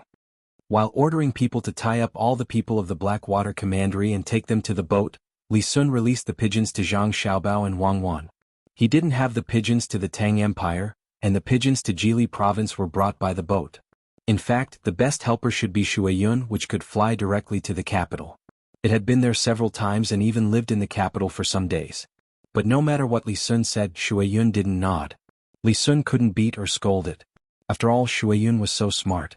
He was afraid that it would hold a grudge. Zhang Xiaobao got Li Sun's letter. After reading it, he threw it to Wang Wan and said, "That's good. There should be a part of Russia there. Now they can't take it." Wrong. That part used to belong to the Blackwater Commandery, but it was taken by them later. Send the news to the capital. I believe Li Longji will be very happy. Wang Wan also glanced at the letter. Most of it was Li Sun taking credit for himself, so she ignored it. The carrier pigeon flapped its wings and returned to its home in the capital. Gao Lisher hurried to find the emperor with the letter. Your Majesty, there is news from Jili province. The Blackwater Commandery was taken down by Commandery Prince Tang and, Gao Lisher said to the emperor happily. Li Longji was indeed happy. It was not as simple as the Blackwater Commandery's mansion scheming against him. It also involved the surrounding countries that had just agreed to join the Tang Empire. If the Blackwater Commandery's mansion couldn't be taken down, it meant that the Tang Empire's army was not very powerful. If everyone resisted together, they might be able to force the Tang Empire to return to its previous situation. Li Longji was filled with anger when he thought that the participants of the sword competition on Mount Hua would find excuses to stay. They were all waiting for the news from the Blackwater Commandery. After some thought, Li Longji said to Gao Lisher, send someone to deliver the letter during the morning court session tomorrow. We will listen to it together with the other prefectures. Gao Lisher understood that the so-called other prefectures were referring to Tufan, Turkic Khaganate and other places. Their status as vassal states was no longer there. He nodded and left to make arrangements. Li Longji continued to admire the flowers blooming in the greenhouse with Princess Jincheng. Princess Jincheng had been living a good life in this period of time. She would take a stroll around the palace every day to understand the current situation in Great Tang and catch up with the people she knew in the past. Right now her thoughts were no longer on Tubo. The more she understood, the more she felt how powerful the Tang Empire was. That person floating in the unsinkable lake was actually made by someone. There were many animals in the zoo that she had never seen before. From the models she could clearly see the various places in the Tang Empire. The oven that was used to bake pastries and bread could also be used in Tubo. The eggs that were beaten with an egg beater and mixed with milk tasted very refreshing. From a small place, one could feel how prosperous the Tang Empire was now. Walking on the streets of the capital and seeing the living conditions of the people, it was like heaven and earth compared to Tubo. During the morning court session the next day, Li Longji deliberately asked the others to come to the court session to discuss matters. The people of the surrounding countries did not know that the Blackwater Commandery had been defeated. They did not know why Li Longji wanted them to come to the court session today. Was he going to make things difficult for them again? The morning court discussion lasted for 2 hours.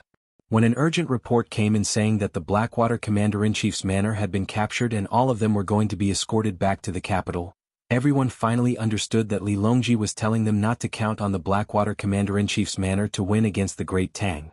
They should just do what they had to do. Li Longji looked at the expressions of the people and was in a good mood. He thought to himself, you want to see the Tang Empire in action?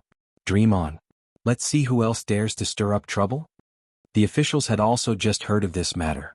The first thing that came to their minds was that Li Sun was quite capable. The second thing that came to their minds was that with such a big place, who was going to govern it if everyone was escorted back? Everyone, who do you think should be sent over? Li Longji also thought of this problem. If it was based on distance it would be best to send Zhang Xiaobao and Wang Wan. However, he could not do this.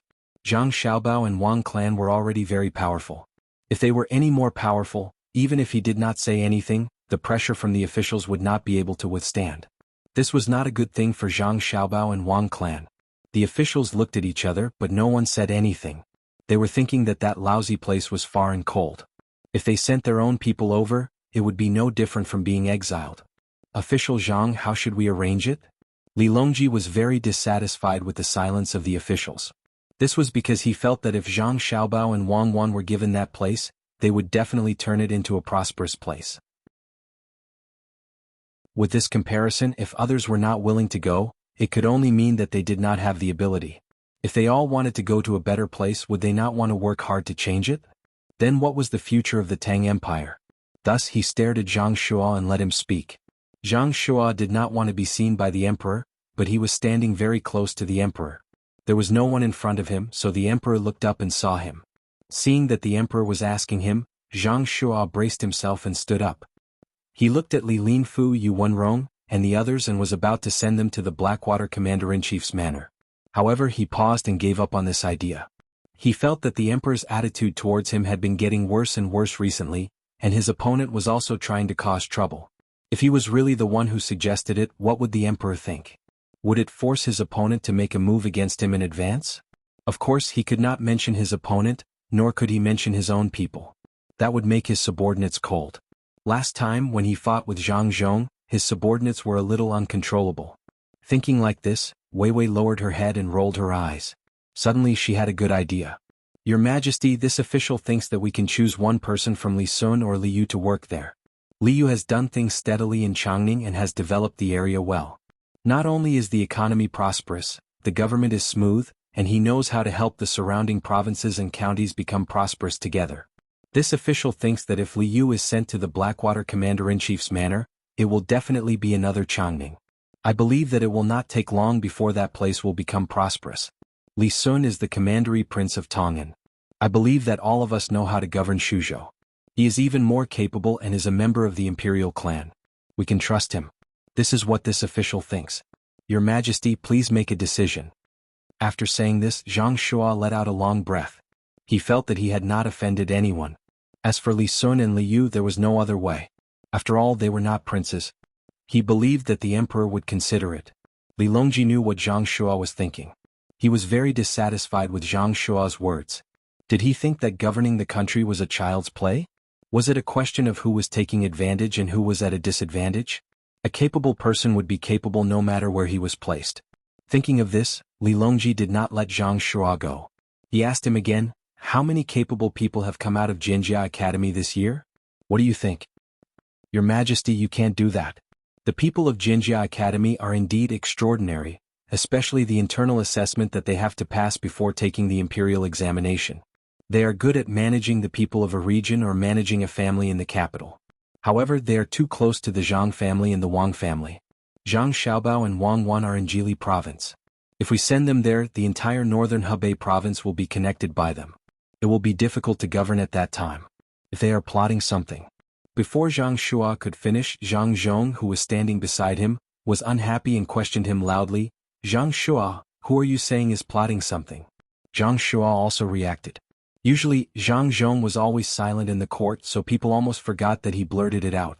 He quickly smiled at Zhang Zhong and said, "Ha, Minister Zhang, I misspoke just now. Sorry, but I said that we can't send the people of Jinjia Academy." Zhang Zhong glared at him and said, "According to what you said, the people of the academies funded by Zhang family and the Wang family, who have been trained by us, can't be sent to the places where our family members are officials as long as they pass the imperial examination, right? Apart from this group of people, the people who have been officials with our family members should also be the same, right?" Your Majesty, I misspoke again. Zhang Shua was about to refute, but he suddenly saw the emperor's bad expression and quickly admitted his mistake. Li Longji took a deep breath and was silent for a moment. He said, "Since Minister Zhang recommended Li Yu and Li Sun, then I will send Li Yu." When Zhang Shua heard that the emperor agreed to his suggestion, he didn't dare to show the slightest bit of pride. He lowered his head and stood back. Li Longji wrote a decree and sent it to Changning, which confirmed the appointment. When the morning court ended, Li Longji invited the people of the surrounding state capitals to have lunch together. When the meal was finished, everyone began to leave the capital the next day. They already had a plan in mind. When it was time for Princess Jincheng and Zhu Zan to leave, Li Longji sent Gao Lishir to bring them a lot of things. He also specially arranged a dozen palace maids and a group of guards. Zhu Zan didn't say anything. Originally, Princess Jincheng had brought along palace maids and guards, but after they went to Tubo, they were slowly dealt with. He knew that he couldn't continue to deal with the people sent this time. Otherwise, he would incur Li Longji's endless anger. When all the things were done, Gao Lishir returned to the palace and found Li Longji. He reminded, "Your Majesty, the governor's mansion of Heishui doesn't seem to be easy to manage. There are no people and the roads are not smooth. In addition, it's cold, so it's useless for Li Yu to go there. Don't forget that your adopted son is in Jili province. Li Yu will naturally go to Xiaobao and Cuckoo to ask for a plan. Others may not have a solution, but I don't believe that Xiaobao can't do it. If you don't believe me, just take a look." Li Longji didn't have the slightest doubt about Zhang Xiaobao's ability. His words were very firm. "I hope so." Gao Lishir didn't object this time. A few days later, Li Yu, who was enjoying peace in Changning, received the imperial decree. When he saw the content, he showed a sad expression. He muttered, "How can this be? I worked so hard to make Changning rich and now you want to transfer me elsewhere? What about Changning? Give it to someone else? You're clearly bullying me." Little Worm, who had been Li Yu's advisor, also came over and read the imperial decree. He said, "Your Excellency, there's no one in the governor's mansion of Heishui now. What can we do there?" Why don't we write a letter to His Majesty and postpone this matter? Dream on? Chongning is gone just like that. Pack up and take a boat. When we pass by Jili province, ask Xiaobao. Li Yu, who didn't want to leave Chongning, finally decided to leave as soon as possible. Yes, Your Excellency, we should leave early. The young master of the Zhang family must have a solution. There weren't many families in Jili province back then. Didn't they end up like this when they went there? The earlier we leave, the earlier we can make arrangements. Little Worm also thought of the people they would meet on the way. Li Yu closed his eyes and waited for Little Worm to come back. He asked Little Worm, "Do you think we can trick Xiaobao and Cuckoo? Even if they stay in the governor's mansion of Heishui for 2 months?" Your Excellency, it doesn't seem possible. Jili province is to the west of Xinlua while the governor's mansion of Heishui is to the north of Xinlua. It's also close to Japan. I think the young master of the Zhang family must consider how to scheme against these two places, especially Xinlua. Little Worm was a think tank after all. His analysis was clear and logical. Oh, you're right. Xinlua hasn't made its stance clear. Even if we don't beat him, we should give him some pressure. Xiaobao and Cuckoo can't always stay in Jili province. Li Yu thought carefully and realized that Jili province was too important. Zhang Xiaobao might not be able to spare time. Li Yu packed up his belongings and bid farewell to the people of Chongning with tears in his eyes. He boarded a big boat in a neighboring county and was carried dozens of miles by some strong people of Chongning. Only then did he enter the Yellow River. Touching the 10,000 people form with the handprint of the people of Chongning, he also felt the treatment of a good official. When they entered the Yellow River, their speed was much faster because they were following the current. After traveling for a few days, Li Yu was bored when a boat suddenly appeared in front of them. The boat had a cute rice sprout painted on its flag. Without waiting for Li Yu to call for it to stop, the boat stopped by itself. When Li Yu's boat slowly approached, a person came out from the boat with a bag in his hand. Greetings, young Master Li. Our young master asked me to give you something and a plan for the construction of the governor's mansion of Heishui. Our young master said that if you don't want to go to the governor's mansion of Heishui, you can use this plan and thing to lure others. The person said respectfully to Li Yu, who was puzzled. At the same time, he put the bag in his hand in front of Li Yu. Li Yu looked at the thing in the bag and the letter with the plan in puzzlement. He laughed and said, "Go, why not? Send a part of the thing to the capital. I'll make those who don't want to go regret it." Chapter 837. Li Yu, who felt that he had been exiled, finally found a chance to hold his head high. He vowed to make those who were unwilling to come regret it. The things in the pouch were very ordinary, so ordinary that ordinary people could afford them even if they wanted to. Li Yu ate a lot. There was venison, beef, pork, and fish. These were the canned food that the Zhang family and Wang family originally prepared for the people of the inner court. When the canned food first appeared, many servants of the big families were envious. Regardless of the taste, at least it warmed their hearts. Later, Li Longji also asked for a lot of canned food and put it in the palace. He would give it to people when he had nothing to do and occasionally eat it himself. For a time it really became popular. The Zhang family and Wang family did not mainly sell canned food, so they found a lot of merchants to cooperate with. The merchants paid the money and were not responsible for management or production. They were only responsible for the dividends, so the production of canned food gradually increased and the price of the common varieties decreased. Li Yu was holding a can in his hand. What made him happy was not what was in the can but the packaging. The outermost layer of the can was a paper box. Inside the paper box was a wooden box. The wooden box had a beautiful pattern on it, and the can was at the innermost layer. The can was placed in a groove in the wooden box. The bottom was lined with smooth fur, and the iron was pressed with a yang seal. Book, Do Not Blame the Cold for 3 Feet, and the Delicacies Are Fairies in the Snow. Product, Northern Mountain Beyond Mountain. There was also an exquisite can opener with a sharp blade and a smooth wooden handle. The words Beyond Mountain were carved on it. Seeing this packaging, Li Yu thought of a phrase, buy the casket and return the pearl. Not to mention whether the taste was better or worse than the Zhang and Wang family's special canned food, just the packaging alone was enough to give people a lot of face. They could invite 3 or 5 friends to sit in the corridor and listen to songs and eulogies. When they were hungry, they could take the canned food out. It had to be 30% more elegant. Li Yu opened a can and tasted it. He smacked his lips twice and felt that there was an indescribable taste. He looked at the person who delivered the can in confusion. The person who delivered the canned food was Zhang Wang from the inner courtyard. Naturally, he was good at reading people's expressions. Before Liu could ask, he introduced, "Young Master Li, this can contains roe deer meat. In order to get rid of the fishy smell, it was smoked with pine wood before it was canned. There's a rosin smell in it." Yes. Now that you mention it, I can taste it. It tastes like pine oil. How much is it?" Liu took another bite. Sure enough, it tasted like pine oil. "The one in your hand costs 10,000 copper coins, and the one below costs 500,000 copper coins. They can't be sold directly. They need to be custom-made and the quantity is limited. We only accept 10,000 sets every year." The person from the inner court explained. "It's really expensive. According to previous calculations, it's 10 strings of coins and 50 strings of coins. Is this box more expensive?" Liu took out a bigger box from his pocket and asked. "You don't need the box. You don't need to pay for the canned food. What you're holding right now is a small bottle of wine brewed with ginseng, velvet antler, and other precious herbs. It's also stored in a glass bottle." The person from the inner court was careful and didn't give Liu a chance to ask for the box. Liu didn't care and opened the other package. There was indeed a bottle of wine inside. There were a lot of medicinal herbs written on it.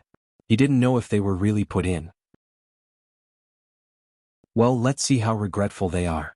Well, since we only sell 10,000 cans a year, it doesn't seem like we earn much. The governor's mansion of Heishui is a large area. Even if we don't use a single copper coin, it's only 500,000 strings of coins. That's equivalent to the land of several provinces." Liu felt that he earned too little again. "Young Master Li, it's said to be 10,000, but when it's done it might not be 10,000. Each can has an individual number, but it's not the one that counts next to each other. It's the pinyin alphabet used to mark the pronunciation. It's a very long string. Who knows which one it is? Don't you agree?" Yes, there's no such thing as a businessman. Liu admitted that he couldn't compare with Zhang Xiaobao in this aspect. He asked people to send the other cans to the capital on the ship, especially to the high-ranking officials. He slowed down and headed for Jili province. When Liu arrived at Jili province and met Zhang Xiaobao and Wang Wan to discuss the follow-up plan, the cans had already reached the hands of the officials in the capital. The exquisite packaging and unique taste immediately won the praise of the officials. When the pigeons that Liu released from Jili province flew to the capital and reported the various mines of the governor's mansion of Heishui, the officials who didn't want to send their own people to the governor's mansion of Heishui all regretted it. It turned out that the governor's mansion of Heishui wasn't barren. The people of the governor's mansion of Heishui didn't have a good idea. They used to beg for food with a golden bowl. When they regretted it, they began to propose to the emperor to send more people to help with the construction. As for the problem of population, they thought that Liu could solve it. Li Longji knew that the idea was Zhang Xiaobao's. Gao Lisher's letter described the matter in more detail. The governor's mansion of Heishui didn't ask people to take the initiative to migrate. They only recruited employees from Tubo. They could bring their families and do things on the ship. When they reached the shore, they would build warehouses and houses on the shore. Naturally, there would be people who were willing to go down and stay. While weakening the strength of Tubo, they could also enrich the governor's mansion of Heishui. Therefore, when he heard that the officials wanted to continue to send people, Li Longji didn't object. Not only did he send officials, he also wanted to find merchants from all over to cooperate with them. He also wanted to connect the Niha River and the Niha River at the border with Xinlua. It was convenient for ships to travel, and they didn't need to go around Xinlua Island. When the officials made a suggestion, they had to think of a way to send merchants who were related to them. Even if they weren't related, they had to think of a way to make connections. Does everyone agree? Seeing that the matter was almost done, Li Longji asked another question. The people led by Zhang Shua nodded. Their political opponents also agreed. Since that's the case, then we'll wait for the merchants to find them and talk to Liu about the cooperation in detail. The imperial court will use the entire governor's mansion of Heishui as a shareholder.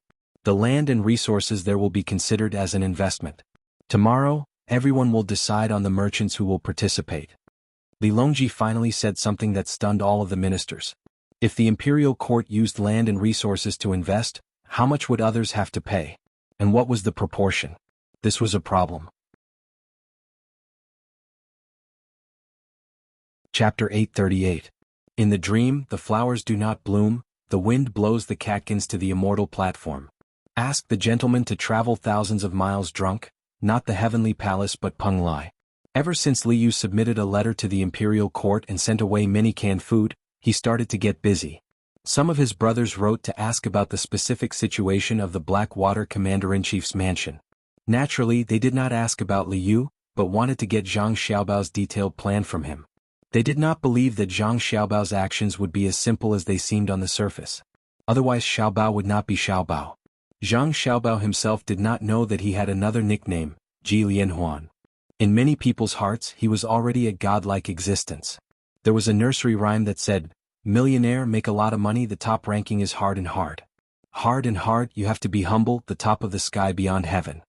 Sky beyond heaven, Sanshui City, Sanshui Zhang family had a man. Jumping out of the 5 elements, not in the 3 realms. Seeing that he did not speak of a scheme within a scheme, he used a chain of schemes. Zhang Xiaobao's reputation spread like this. It was said that the current emperor complained when he was drunk one day in Xingqing Palace. His desolation could not be described in words.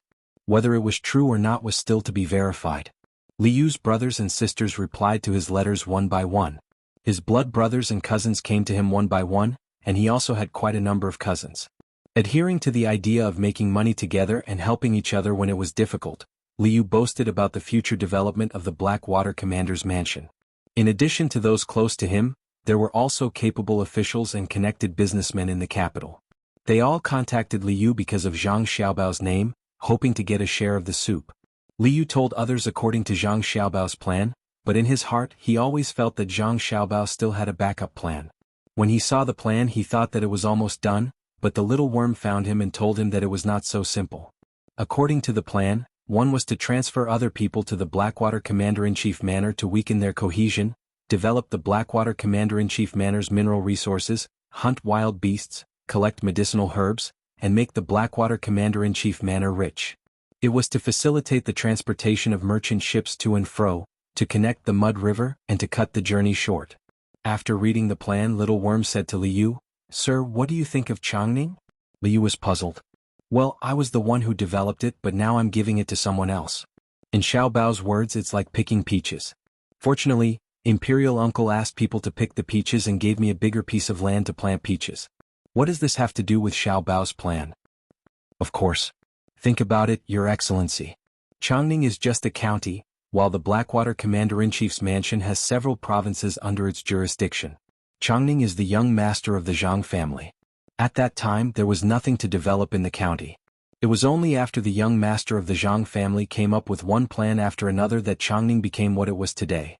Since the young master of the Zhang family was able to come up with so many plans for a county, what more for several provinces? If that was the case, Zhang Xiaobao wouldn't be the Zhang Xiaobao we know, and he wouldn't be an existence that surpasses the top-ranking list. This humble one thinks that things can't be as simple as the plan in front of us. What do you think, Your Excellency?" Little Worm had analyzed Zhang Xiaobao's plan for Changning for Liu, and then compared it with the Blackwater Commander-in-Chief's mansion's territory. He voiced his conjecture. Liu slapped his thigh hard, ignoring the pain, and said loudly, "That's right. Now that you mention it, I remember that Zhang Xiaobao's plans for the surrounding areas have always been continuous. For example, Xinyuan Island, he still has a backup plan. For example, Japan, the silk we collected is now being used there. For example, Tubo, after a few years of torment, he still hasn't relaxed. A few days ago the Turks have voluntarily submitted to him, the kind that is different from before. Now that the Blackwater Commander-in-Chief's mansion has just been conquered, the people have moved to the capital to wait for the Imperial Uncle's decision, and to go there they have to go through Xinlua. How can Zhang Xiaobao not have some ideas? No wonder I keep feeling that something is missing. Let me go ask." Having made up his mind, Liu hurriedly went to Zhang Xiaobao and Wang Wan. Zhang Xiaobao and Wang Wan were spreading out a piece of paper, writing and drawing. Liu curiously went up to take a look and saw that it was a large snow scene. Wang Wan was drawing seriously and Zhang Xiaobao was mixing the colors. Liu squatted beside Zhang Xiaobao and whispered, "Xiaobao, what are you playing at?" "Not telling you means not telling you our follow-up plan. Since Little Worm can tell you about Changning, you can ask him and see if he can figure it out." Zhang Xiaobao said casually to Liu, but Liu was so scared that he broke out in a cold sweat. He looked at Zhang Xiaobao in horror, not knowing how Zhang Xiaobao knew that it was Zhang Xiaobao who told him. Zhang Xiaobao glanced at Liu and said, "Little Worm is quite capable, but he has a shortcoming, which is that he always shows his thoughts on his face. During the days in Jili province, every time I see him, his expression is too obvious, always giving people the feeling that he wants to say something but then hesitates. You are not busy with your own things and have the time to come here. It must be because I told you the final plan yesterday. Little worm who always likes to guess what I told you, otherwise you wouldn't have the ability to think so much. You need to train little worm more. Come, look at this rhyme river painting. What do you think? You can guess other people's thoughts just by looking at their faces? Your plan is finished? Start drawing for fun? Liu was slightly relieved to hear Xiaobao's explanation, but he was still very surprised. You can't learn this skill. Who said it's for fun? Didn't you come here to ask about the plan? This painting is a plan. When it's finished tomorrow you will have things to do. Zhang Xiaobao added some water to a box of ink and brought it in front of Wang Wan, so that Wang Wan could apply some light ink. Liu was even more confused. Seeing that Zhang Xiaobao didn't say anything, he could only watch patiently.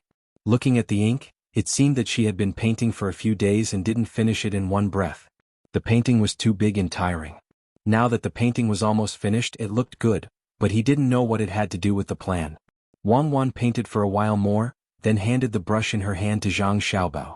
She picked up another brush, paused for a moment, and then began to write on the completed painting. The flowers of the northern kingdom bloom and disappear. Floating clouds fall from the 9 heavens.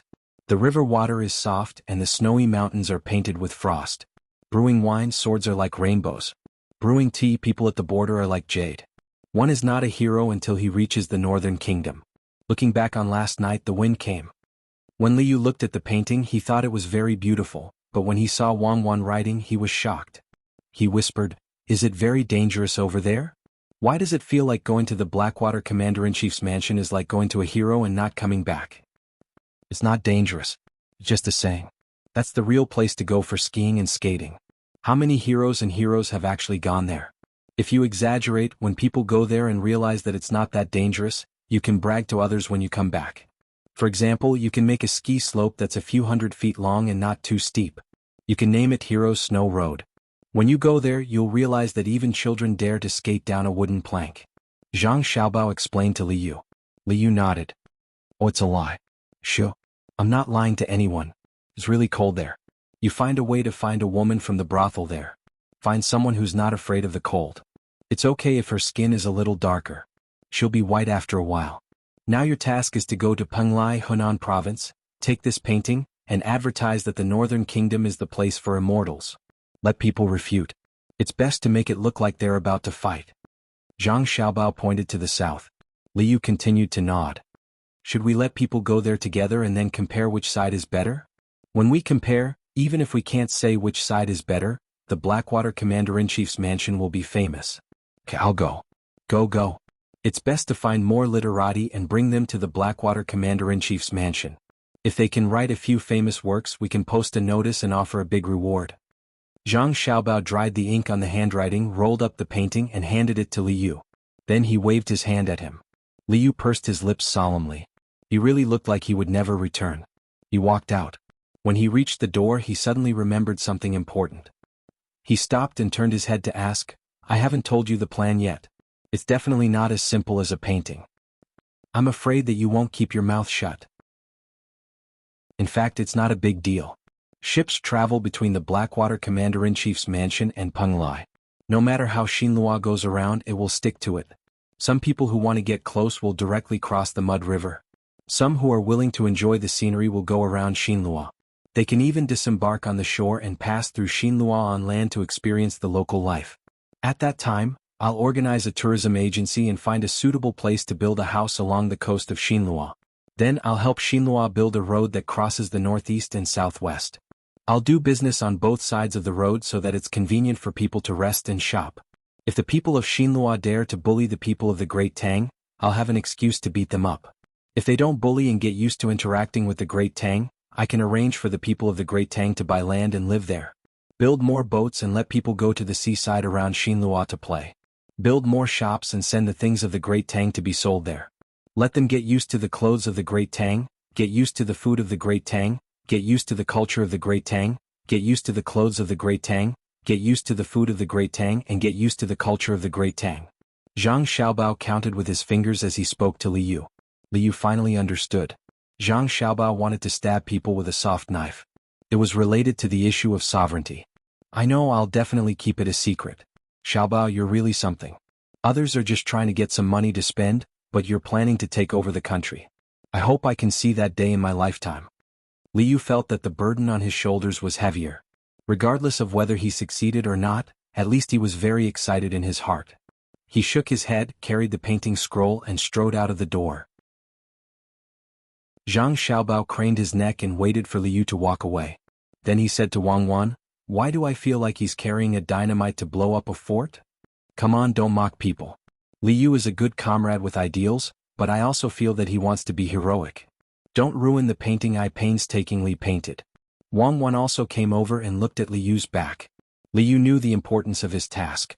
He took a boat to Penglai as quickly as possible and went straight to the Blue Sea Silver Sand restaurant. He asked someone to frame the painting and hang it in a conspicuous position.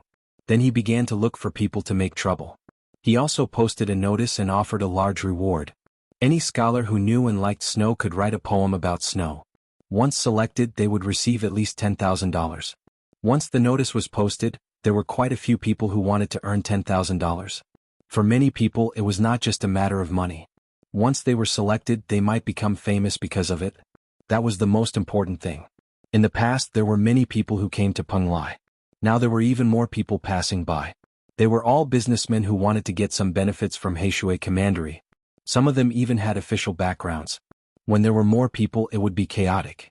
Many businessmen picked the bigger ones from the smaller ones and found people who were slightly more capable to organize others.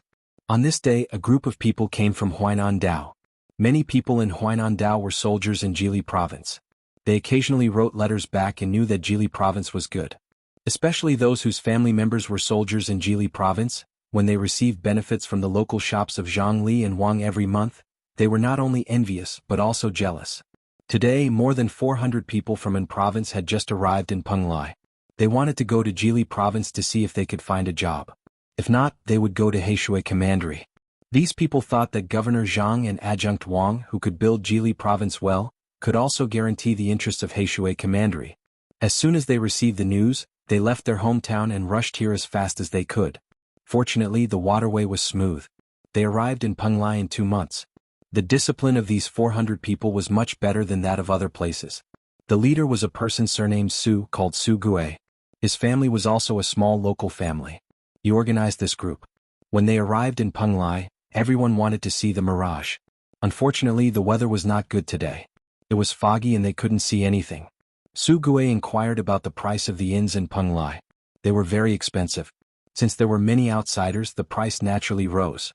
Now that the weather was warm, he was reluctant to spend more money. He was going to find a spacious place to camp in the wild. He knew that he was not good enough, so he had to find his brother-in-law or son-in-law. Thinking of his son-in-law, Su Gui's mood was very complicated. He looked down on this son-in-law who was like marrying into the family. However, he felt that this son-in-law was a little capable and talented. He had helped a lot along the way. However, this son-in-law had a little problem. He always liked to drink. His alcohol tolerance was not high.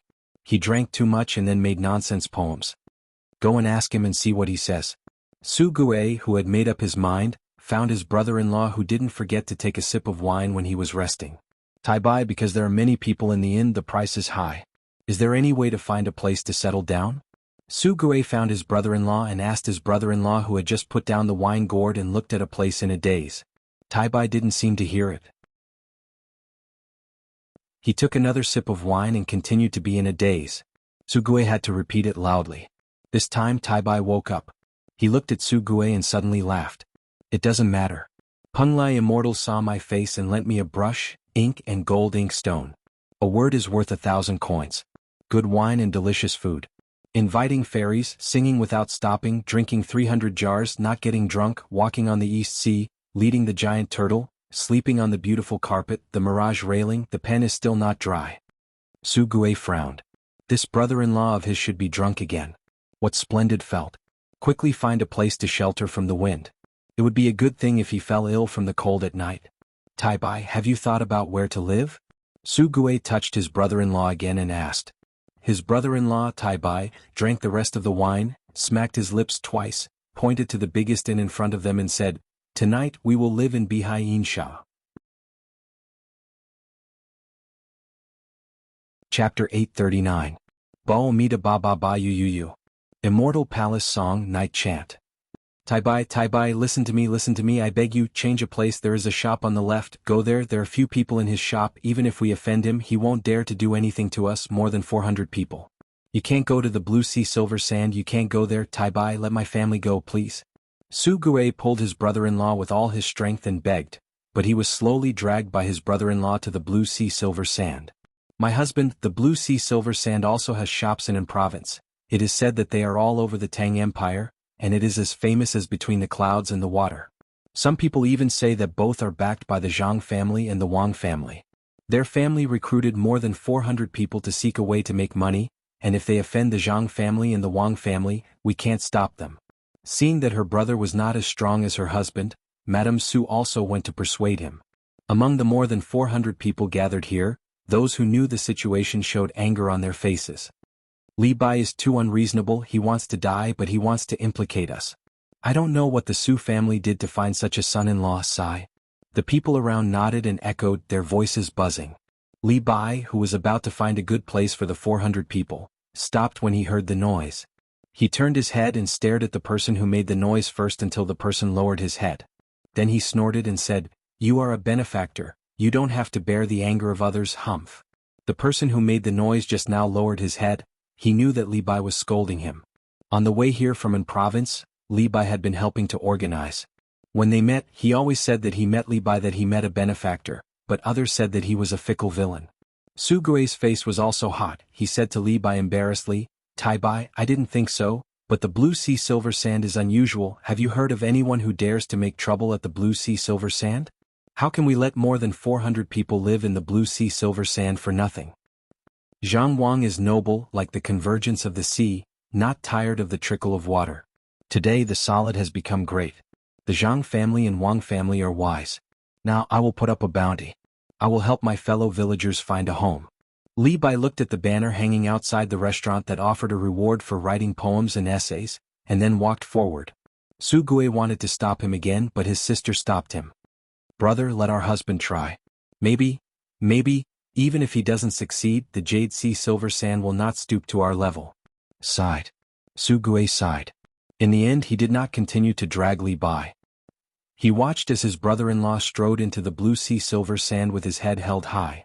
In the time it took to drink a cup of tea, the sky was covered with dark clouds, and the wind was blowing, threatening to destroy the city. Su Gue had an anxious expression on his face. He told the people from his hometown not to wander around so as to avoid causing trouble. Smelling the salty smell of the wind, he looked at the Blue Sea Silver Sand restaurant from time to time. Mrs. Su was also anxious. She was afraid that her husband would be detained in the restaurant if he was careless. Although there had never been a case of bullying in the Zhang family and Wang family's restaurant.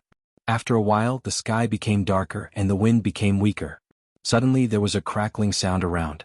Everyone felt that it was easier to breathe and raindrops appeared on their faces. At this moment, 4 waiters came out of the Blue Sea Silver Sand restaurant. They looked at Su Gui's direction and hurried forward.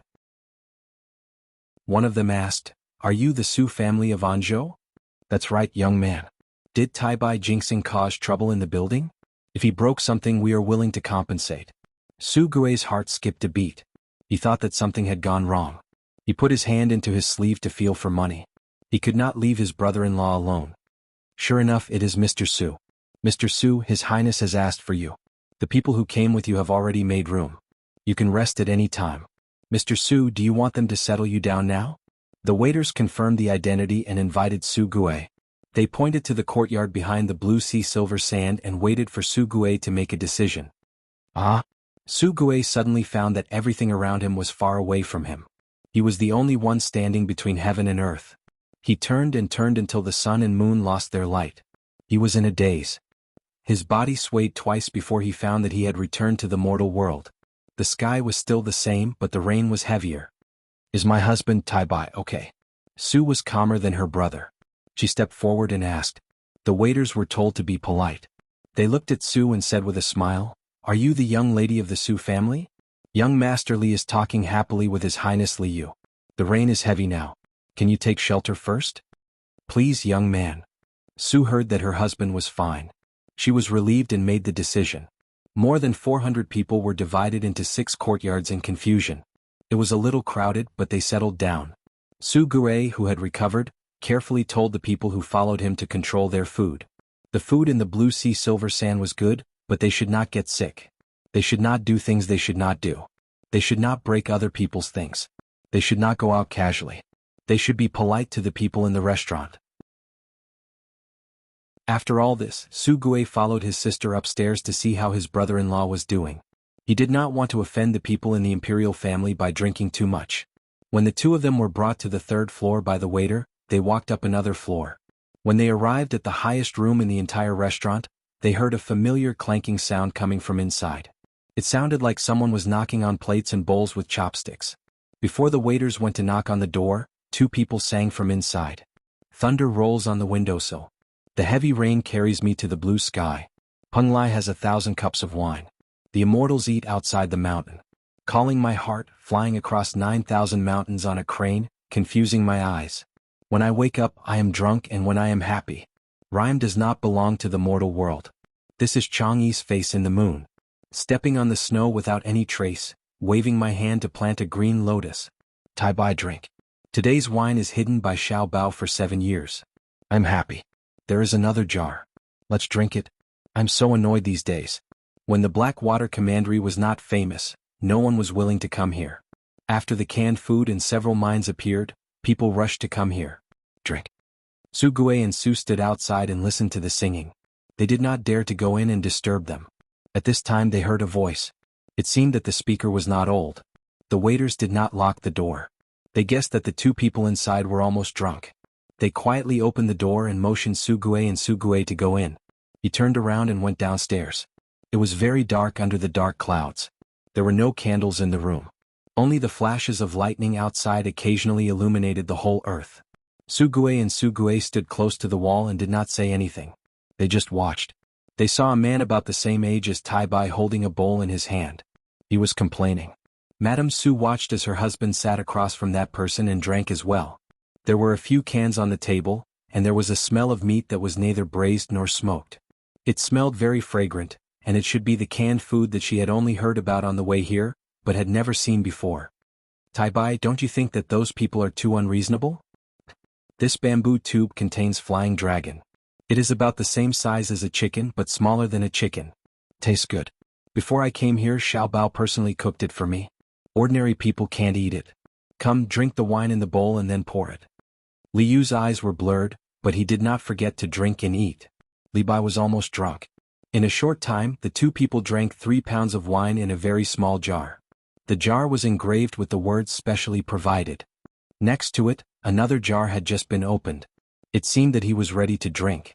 Su Gui sniffed and whispered to his sister, "Good wine. It is soft but not greasy, strong but not hot. Tai Bai is going to enjoy it." At this time, Li Bai drank the wine according to Li Yu's words. He picked up a flying dragon, took 2 bites, spat out a bone and poured the wine again. Then he grabbed a washed cucumber dipped in sauce and took a bite. With a happy expression, he echoed Li Yu and said, "Mediocre people in the world are troublesome. It is good to drink in a golden cup. People's hearts are difficult. Far away, drink and laugh. Macho macho, I'll help you. Drink. What wine is this? It's delicious." Li Yu was tongue-tied and muttered, "Pure barley wine, 7 years in the cellar. The wine made by the Zhang family and Wang family has been in the cellar for 12 years at most. There is a lot of wine, but they don't take it out for others to taste. Tai Bai, my task is to find more people to write poems in Penglai. Those who write well will travel with those who draw well and then write when they come back. Help me write a few more poems and I'll introduce you to Xiao Bao and Cuckoo. They are busy and have no time to write poems. Okay, drink. Sleepwalking is dark, but the water is not dark. White snow is decorated with red plum blossoms. Fairies can't help but fall into the pot. They make a pile of mistakes in the human world. Suddenly smelling a fragrance, they come on the clouds and are unwilling to return. In the 9th day the gong calls 10,000 times, leaving the purple flute and jade people blow. Li Bai rarely had a chance to contact the upper-class people. Naturally he worked hard. After a few words he drank half a bowl of wine. The wine that he drank first came back. He put his legs on the chair next to him, grabbed the back of the chair with one hand and held the empty bowl with the other. He narrowed his eyes and looked at the rain outside the window. It was getting heavier and heavier. He didn't say anything for a long time. Li Yu didn't want to disturb him. He drank slowly and tried to remember what Li Bai said just now.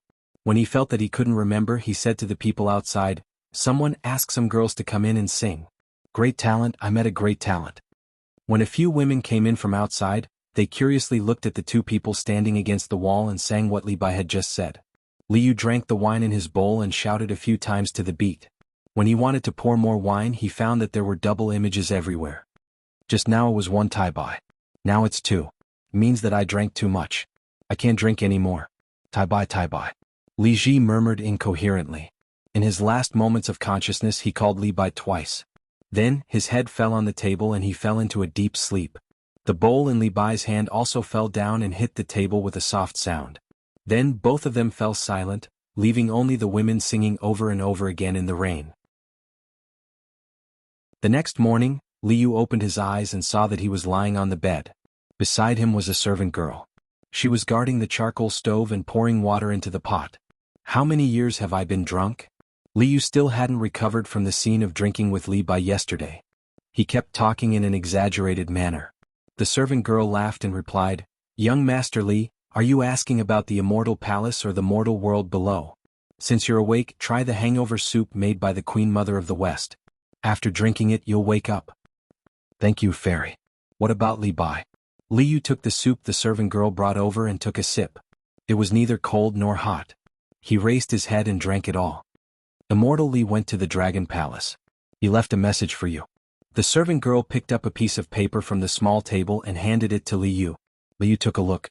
Sure enough, it said, "Jin Yuliang of the Dragon Palace of the East Sea invites me to drink.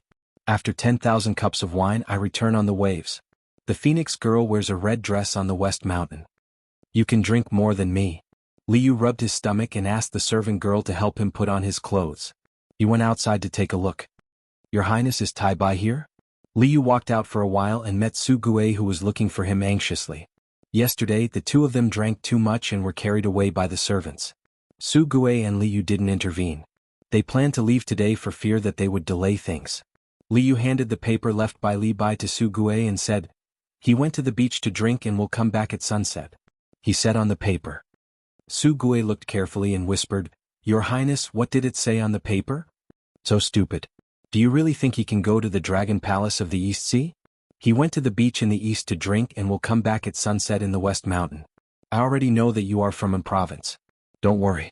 After Tai Bai stays for a few days, I will take you to Jili Province. I will ask Xiaobao to arrange a good job for you in Blackwater. Oh, I will be in charge of Blackwater's governor's mansion in the future. I will arrange it." If it weren't for Li Bai, Li Yu wouldn't have said so much to Su Gue. Penglai was not a place he was in charge of, so he didn't need to be so kind. He still had to put on airs. Su Gue also understood that the status gap was a little big, so he didn't dare to ask more. He thanked him again and hurried to the place where more than 400 people lived. He told them the good news, otherwise they would always be worried. Once Su Gue was far away, Li Yu shook his head, which was still a little confused. As he walked back, he said, "I met a great talent. I have to write to Xiaobao and Huan to tell them." Children were playing and the mountains were noisy. The sun shone through the thin fog, the dew and green leaves hung their heads shyly, and the green grass and flowers were delicate. The tea house by the road was boiling warm water. Suddenly people waved and laughed. On the mountain outside Inying County in Jili Province, Xiaobei led a large group of people. She carried a bamboo basket on her back and carried tools in her hand. Early in the morning she began to pick two kinds of wild vegetables, root vegetables and cat ears. When the sun was high in the sky, she came back with a full harvest. The people behind her helped her pick up the wild vegetables from time to time. When she arrived at the tea stall at the intersection, Xiaobei, who was full of strength just now, did not do anything. She took out a small note from her bag and didn't let the people make tea.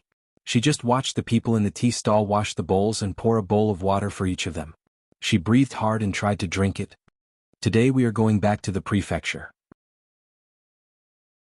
After my brother and sister finish the examination, we will go to Jianan province to be officials and pick vegetables. Then we will ride a horse and go back to ask my brother to make a root vegetable box." Xiaobei, who was thinking about being a parent official, began to assign tasks after she was no longer thirsty. Everyone immediately got busy at the tea stall. Everyone was very serious.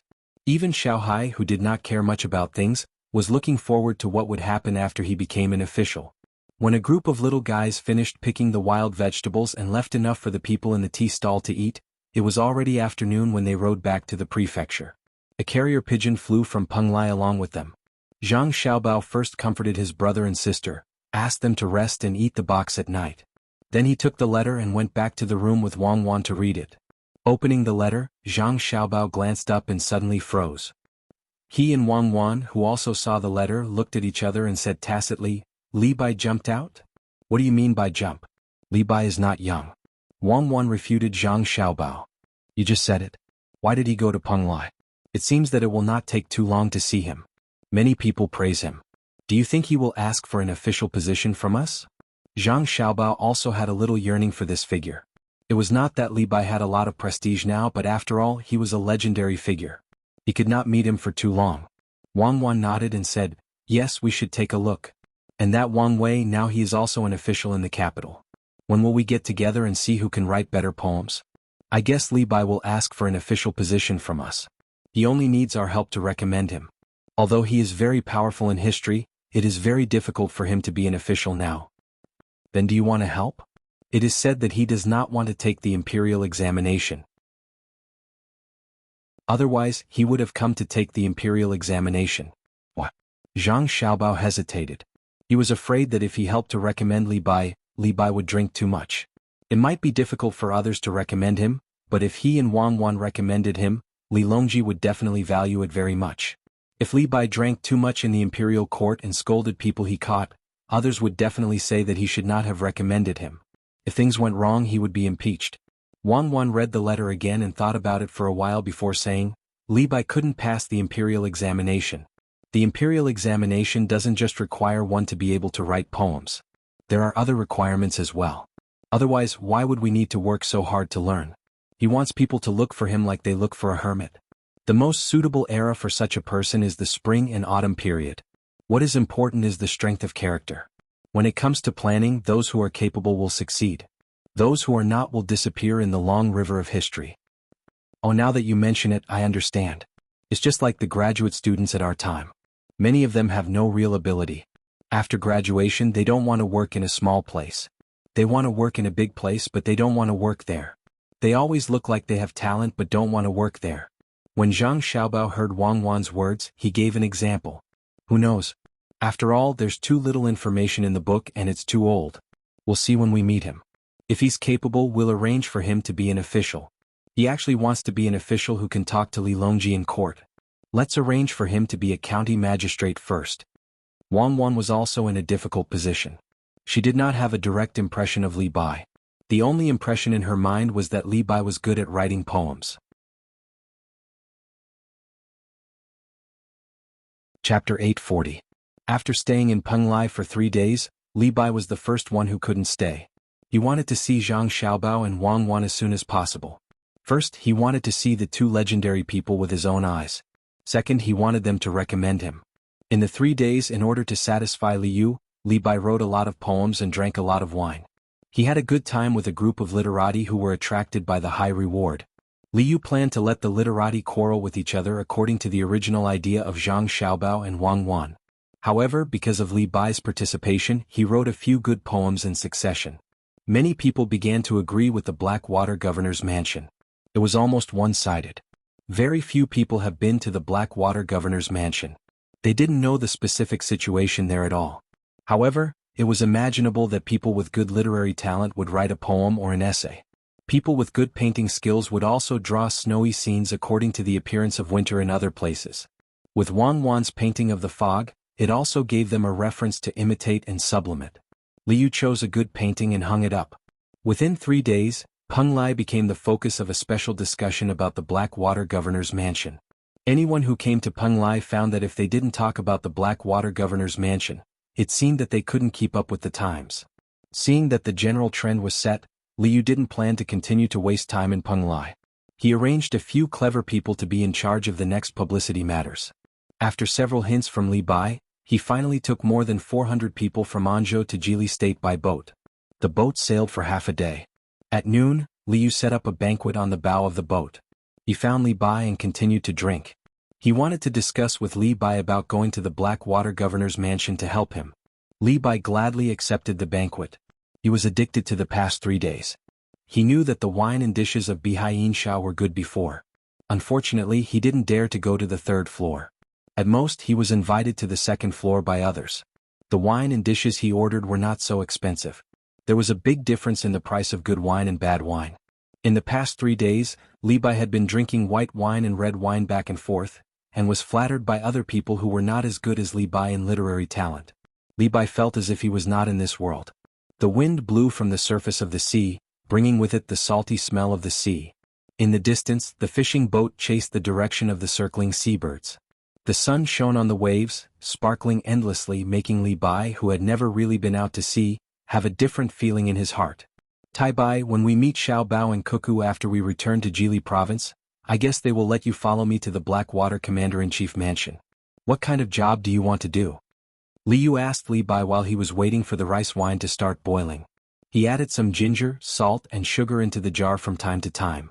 When Li Bai heard Li Yu's words, he hesitated for a moment and asked, "Can I work for Provincial Governor Zhang and Adjunct Wang?" Li Yu blinked and felt a little uncomfortable. He understood what Li Bai meant. Li Bai just wanted to work for someone with great ability and then enter the imperial court. When they were talking yesterday, he told Li Bai that his recommendation would not be of much use now. He thought that Li Bai was preparing to take another path. Li Yu pondered for a moment and was really angry. He was indeed not as good as Xiao Bao and Cuckoo. When he saw Li Bai was still waiting for a reply, he thought for a moment and said, "Tai Bai, Xiao Bao and Cuckoo also like poetry, but only a little. They prefer to do practical things." They began to learn how to do things when they were in Sanshui County. When they came to Luzhou, they had a lot of opportunities to practice. "Tai Bai, why don't you follow me to the Blackwater Commander-in-Chief mansion first? You can get used to the feeling of being an official, sort out the accounts and organize the people to work. When it's time you can go to Xiao Bao and Cuckoo." Li Bai felt a little regretful. He thought for a moment and said, "All right. What do they like?" "They like money. Xiao Bao likes to make money and spend money. Cuckoo likes to turn money into an army. The more soldiers she can control, the happier she is. Many officials in the imperial court say that they are too tacky, but they are using their things. They are happy that they have a high-ranking membership in the Savants Pavilion and the Joy House. You can't help them in this regard." Li Yu knew that Li Bai wanted to cater to Xiao Bao and Cuckoo's interests. Unfortunately, ordinary people could not help much with the things that Xiao Bao and Cuckoo liked. Only the imperial uncle could help a little in terms of policy. That was the return of their efforts. As expected, Li Bai was worried. He picked up a tune bean and threw it into his mouth and chewed slowly. Then he asked, "Do Provincial Governor Zhang and Adjunct Wang have any other ideas about Tubo and its surrounding areas?" "I know a little about it." "Well, you can talk to them about it when the time comes."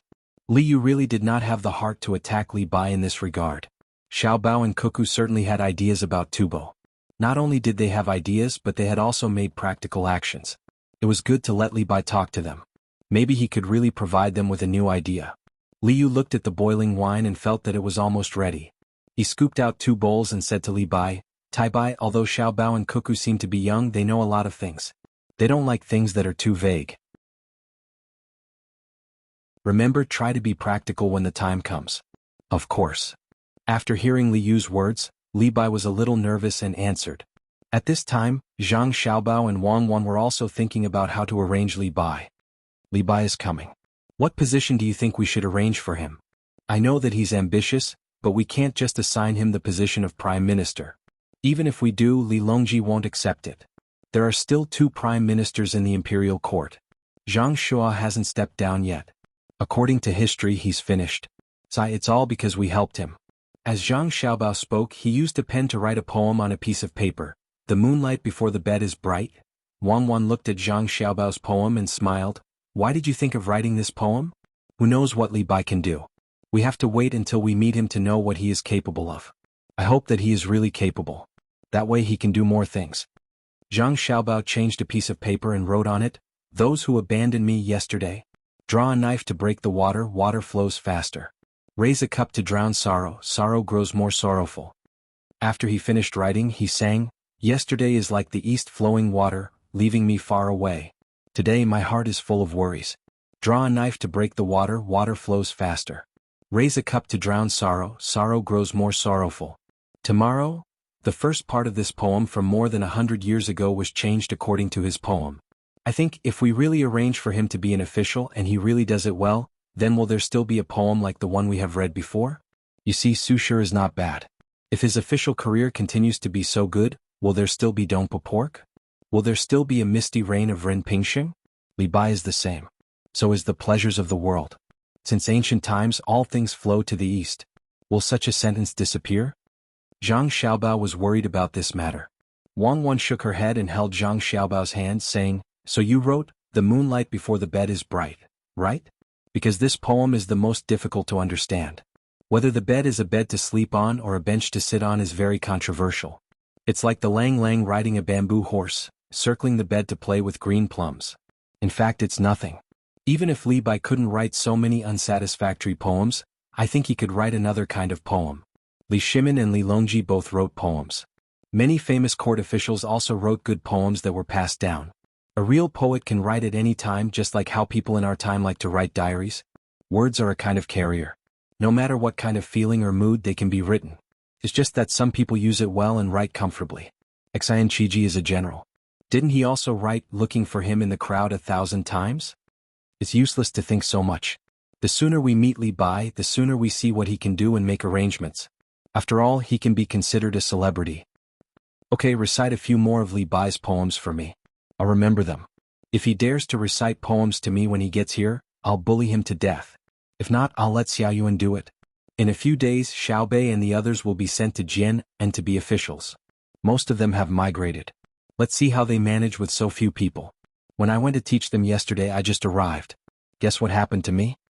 Zhang Xiaobao was happy when he talked about his younger siblings. This group of little guys had their own personalities. It was not easy for them to be so harmonious together. What happened to you? Tell me. Did Xiao Bei bully you again? Wang Wan was curious. No, after Xiao Yuan memorized the rhymes of the old man and the book of songs, he started to compose. When I went there, Xiao Yuan was reciting poems to Xiao Bei. I don't know how long he had been holding it in, but he finally came up with a 7-line poem. It was so funny, ha! Zhang Xiaobao laughed so hard that he squatted on the ground. Wang Wan blinked and had a look of disbelief. Really? Tell me, what's the 7-line poem that Xiao Yuan wrote? What can he write? Don't be fooled by how much he memorized. If he really wrote it, it would be like a nursery rhyme. Then tell me quickly. Okay. Zhang Xiaobao responded and began to imitate Xiao Yuan. Bebe, look at how round the moon is tonight. I suddenly had an idea. Ah, I'm dying of laughter. Hee hee, what happened after that? Wang Wan also laughed. After that, our Xiao Bei said, Xiao Yuan, are you sick? Today is the 6th day of the new year. Find me a full moon for me to see. Haha, I can't take it anymore. Zhang Xiaobao laughed again after saying that. Wang Wan pursed her lips hard, her face red. Zhang Xiaobao continued to imitate Xiao Yuan. When the heart is round, the moon will be round. I composed a poem, Ode to the Moon. It's about the moon. Then praise it. I'm hungry and want to eat the eggplant box. I'll get someone to make it. After you praise it, I'll send it to you. Zhang Xiaobao imitated Xiao Bei's voice again. Wang Wan listened to Zhang Xiaobao's words and pinched her thigh hard. And then Xiao Yuan pulled Xiao Bei and didn't let her go. He promised her many benefits and promised his 11 bodyguards to let Xiao Bei give orders. Only then did Xiao Bei reluctantly stay and listen. You don't even know what Xiao Yuan's poem is. Let me rest. As Zhang Xiaobao spoke, he actually fell to the ground and rolled around with all his might. Wang Wan didn't urge him anymore. She tried her best not to be like Zhang Xiaobao. After a while, Zhang Xiaobao stopped with a grimace and a pained expression on his face. Calm down. You have to calm down. If you keep laughing, my intestines will break. Listen, Xiao Yuan said, the moon last night wasn't round. Today the moon is round again. The river of stars has fallen to the vaguest tears. The moon once floated on the sea of stars. Not to mention that it's not easy to build a bridge, it's difficult to watch a jade hair pound medicine. Immortals have their own hardships, but mortals can sleep together. Xiao Bei, are you sleepy? Go to sleep. You lean against the wall. I'll be outside you to block the wind. Xiao Bei said, stay away from me. It's colder when you say it. I'm really going to eat. Do you want to eat? If not, I won't bring more for you. Ah. Another day, Li Bai's ship finally docked at the dock of Jili province. When they were on the ship, they were very curious about this place. It was said that Jili province used to be poor, but it became rich after Governor Zhang and Army Commander Wang came. Seeing was believing. They didn't know how poor Jili province used to be, but now they saw how prosperous it was. Anzhou was located north of the Yangtze River. There was a big river flowing into the river. Many people came and went, so it was quite prosperous. It was much better than several places in the west. It was often said that the north was bitterly cold, but now it didn't seem to be bitterly cold at all in Jili province. At the wharf of Jili, people came and went. Bearers shouted as they unloaded sacks of goods from ships coming from other places, and carried them to a spacious place on the shore, where there were innumerable carts and horses. Every time a cart was loaded, it would leave. On the shore there were many restaurants and inns. There were rows of restaurants and tea shops. There was even a long street full of people hawking their wares. Once again Liu warned Li Bai, who had a curious look in his eyes. Xiaobao and Wan like to make a poor place rich so that the people can live a good life. Usually they are more willing to listen to a commoner talk about how good life is at home, than to hear about whether the immortals will come or not. Wherever the Zhang and Wang families have been officials, the people do not worship the gods or gods. Wherever the Zhang and Wang families have been officials, the people do not worship the gods or gods. Wherever the Zhang and Wang families pass by, the people smoke. If you manage to improve the lives of the people in a certain place and obtain a real reputation, you don't need to look for Xiaobao and Wan. The two of them will take the initiative to look for you and arrange a higher official position for you. Li Bai was really shocked by what he saw. He looked around and asked doubtfully, "Why don't I see any children? Can they really arrange an official position for someone?" "They're in school." "Don't you have a school in Anzhou?" Liu asked. "I never cared. No one mentioned it." Li Bai really didn't care about this kind of thing. Madame Su, who was standing next to him, whispered in his ear, "My husband, it is the same in Anzhou. My father sends a few thousand to the school every month to participate in the Chaoyang mission. My husband is busy and doesn't know." These words made Li Bai's face turn red and then white. He suddenly remembered what Liu said. Xiaobao and Cuckoo like people who did things. When they met and asked, he couldn't say it. Wouldn't he lose a good opportunity? Liu said, "If Xiaobao and Cuckoo want to arrange an official position for someone, it is too easy. The 9 children of the 2 families are now secondary class, rank 4 civil officials. There are even rank 7 or 8 official positions in their hands. Taibai needs to work hard." Li Bai nodded repeatedly. He wanted to find Su Gue and ask him more about specific things, especially things related to the people's livelihood. "I will send someone to send a letter to Xiaobao and let them know in advance." As Liu spoke, he waved his hand and called someone over. He gave a few instructions and the person quickly left. Zhang Xiaobao and Wang Wan didn't wait for Liu's letter. Instead they waited for 3 pieces of bad news. The 3 pieces of news arrived almost at the same time, not a quarter of an hour apart. One came from the Mud River, one from the capital, and one from the Jiangnan East Road merchants on horses. The 3 letters were placed on the table. Zhang Xiaobao's expression was not very good. He looked at Wang Wan and pointed to the letter on the left. The news from the capital says that the Tujue people suddenly gathered and headed north. They sent a letter to Li Longji saying that they are willing to be officials and that Li Longji should send people to govern there. Li Longji was obviously unhappy. If the people were gone, who would be the officials sent to govern? It seems that the left virtuous Prince Ke Tuchin is still not reconciled. He would rather migrate in the cold north than truly submit to the Tang Empire. What do you think we should do? Wang Wan bit her lip and exhaled heavily through her nose. Is there a mountain over there? It's not easy to cross the mountain. I don't have time to deal with them now. I'll let them suffer more. When I'm done with Xinlua, I'll see if they are really determined to be hostile. The second letter says that Xinlua is causing trouble at the Mud River on our side.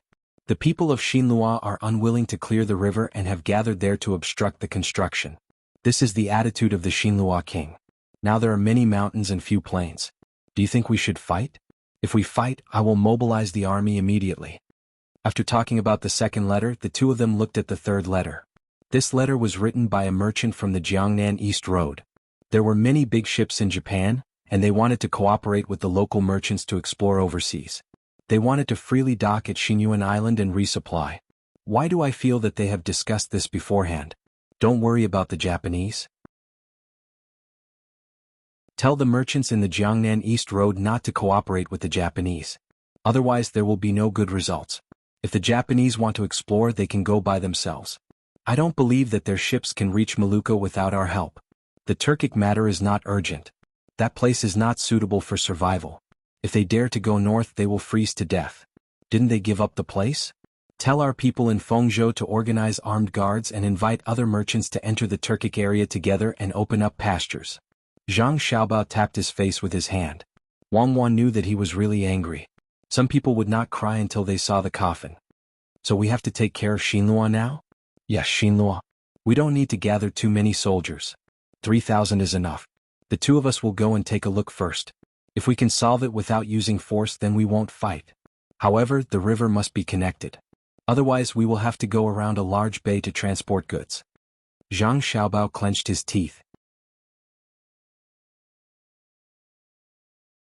Chapter 841. You're not allowed to dig. If you dig through the river you'll break the vein. We won't have a good life in the future. You can't dig. Zhang Xiaobao and Wang Wan stood on the west bank of the muddy river, watching the place where the muddy river was supposed to be excavated stop. They could clearly hear the reason that the people who were obstructing the construction were shouting. I hate people who use such means for their own selfish interests. The saddest thing is that many people who don't understand things are incited to make trouble. Xiaobao, who do you think doesn't want the river to be dug through the most? Wang Wan didn't need to ask anyone. Looking at the situation in front of her, she knew what was going on in her heart. Zhang Xiaobao, who was standing beside Wang Wan, took out the fishing rod he brought and walked to a place where they could rest.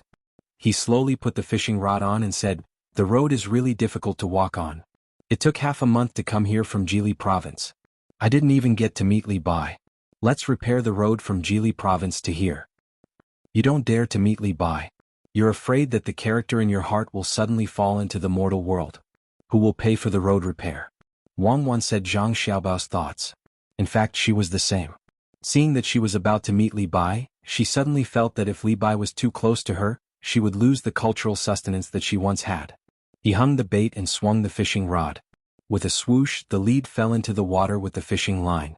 Then he gently flicked the small bell on the rod. Zhang Xiaobao smacked his lips twice and felt that it was tasteless. According to the analysis in Li Ji's letter, Li Bai's poems are not bad in the future. But now I haven't seen what great abilities he has. It's better to miss him than to meet him. Xiaobei and the others will go to Jin, and with Li Bai to be officials and see how he is. As for the road repair, our Xinjiang construction group will do it. We will greet all the caravans that travel between Xinluo and the Great Tang. They will pay a portion of the money and take up 30%. In the future, any caravan that passes under their banner will not be charged any fees, nor will they need to pay any maintenance fees. In a while, I'll get someone to contact them to build a narrower road. It will cost a lot less money. If they think it's expensive, they can join forces and take 10% of the money. My initial estimate is that the road will cost 10 million strings of cash. As long as they pay 1 million, they can enjoy huge benefits in the future.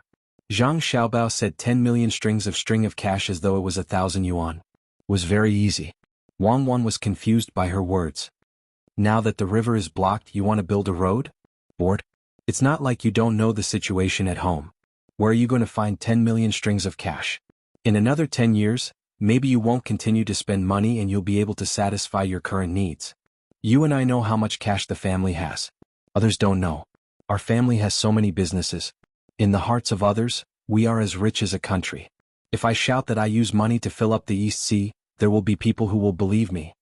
Zhang Xiaobao loaded another fishing rod and said to Wang Wan with a smile.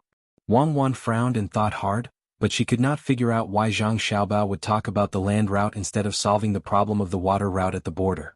Looking at the tributaries that flowed down from the mountain and gathered in the mud river, she asked, "What should we do about the matter in front of us? Let's do it together. The Turks are going north and Japan is going to follow them. Something has happened in Xinluo. I keep feeling that there's some connection between them. Is it because we haven't made a move for a long time that people think that we've changed from wolves to wolves? If we don't let them suffer a little, they'll really be able to overturn the sky." As Zhang Xiaobao spoke, he saw that the fish did not take the bait for a long time. He took out a nest for small fish and opened it in front of him. Then he took out 2 soy sauce pig kicks and gave one to Wang Wan. She held it and began to gnaw on it. Wang Wan ate a few mouthfuls and spat out the bones into the nest. "Didn't you write a letter to the people of Jiangnan East Province not to let them participate in Japan? Are you going to change your mind? If you change, you'll be a good comrade. If you don't cooperate with them, you can sell the sea map to the Japanese. There are many things at sea: storms, reefs, whirlpools, and pirates. I hope that the Japanese brothers can find the continent of hope in their hearts safely. Amen. Zhang Xiaobao ate quickly, but he did not eat too cleanly. He ate a large piece of meat into his stomach and stuffed the bones that still had a lot of meat into the nest. He rubbed his hands on his body casually and said with a smile. Wang Wan curled her lips and stopped eating. She tore off the meat and wrapped it in oil paper. The bones were given to Zhang Xiaobao to nest the fish. She rubbed her hands on Zhang Xiaobao's clothes and said, "After being with a person like you for a long time, it's hard to find that little bit of kindness in my heart. Thank you for the compliment. I'll fish more in a while. I'll fry them for you as a snack at night. Get someone in charge of foreign affairs here." Zhang Xiaobao shook his head happily and went down to the river.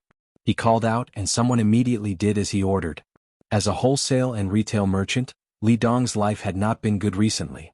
There were more and more ships coming to and from Tang Empire to Xinlua. A large number of goods were unloaded and turned into money. The low price made many people who used to buy goods from his shop run to the dock to buy. In recent months, his profits had been getting smaller and smaller. If this continued, it would not be long before his family's business could not continue. Fortunately, after he took charge of the shop, he specially studied the goods shipped from Tang Empire. He chose goods that the Tang Empire people felt were not profitable and would not be transported. He bought them from Tang Empire and transported them to Xinlua by land. The shop also opened a new branch. As it was far from the sea and the Tang Empire ships did not transport such goods, his life became much better. He was looking forward to making a lot of money, but who knew that Tang Empire wanted to connect the Mud River? Once it was connected, ships would come over. Now that the price of a few goods had been raised by him, people with intentions would definitely notice. A few days ago, someone from the imperial family came over to discuss. In order to prevent Tang Empire from successfully clearing the river, he stood in front and found people to use all kinds of excuses to obstruct. Although it was a temporary success, when he heard that Zhang Xiaobao and Wang Wan from Jili province were coming, he did not know if they would kill him. They were people who could do anything. He regretted that the imperial family was afraid back then. Why did he foolishly agree? No, he had to find a few more colleagues. When trouble came, everyone would face it together. With this thought, Li Dong rubbed his sore eyes, got up and walked out of the room. He called out to a servant who walked past him. "Tell the steward to write a few invitations and send them to the vegetable workshop, the distant mountain chamber of commerce, and the horse gang. Tomorrow there will be a banquet at Changfeng Pavilion." The servant left in a hurry. Not long after, he came back to report, "Master, the steward knows. Someone came outside saying that he's the steward of Zhengzheng Construction and wants to see you." Zhengzheng Construction? Li Dong felt that the name was familiar, but he could not remember what it was. The servant reminded him respectfully, "Master, it's the business between Zhang Xiaobao and Wang family that you often told us about. They specialize in all kinds of construction work.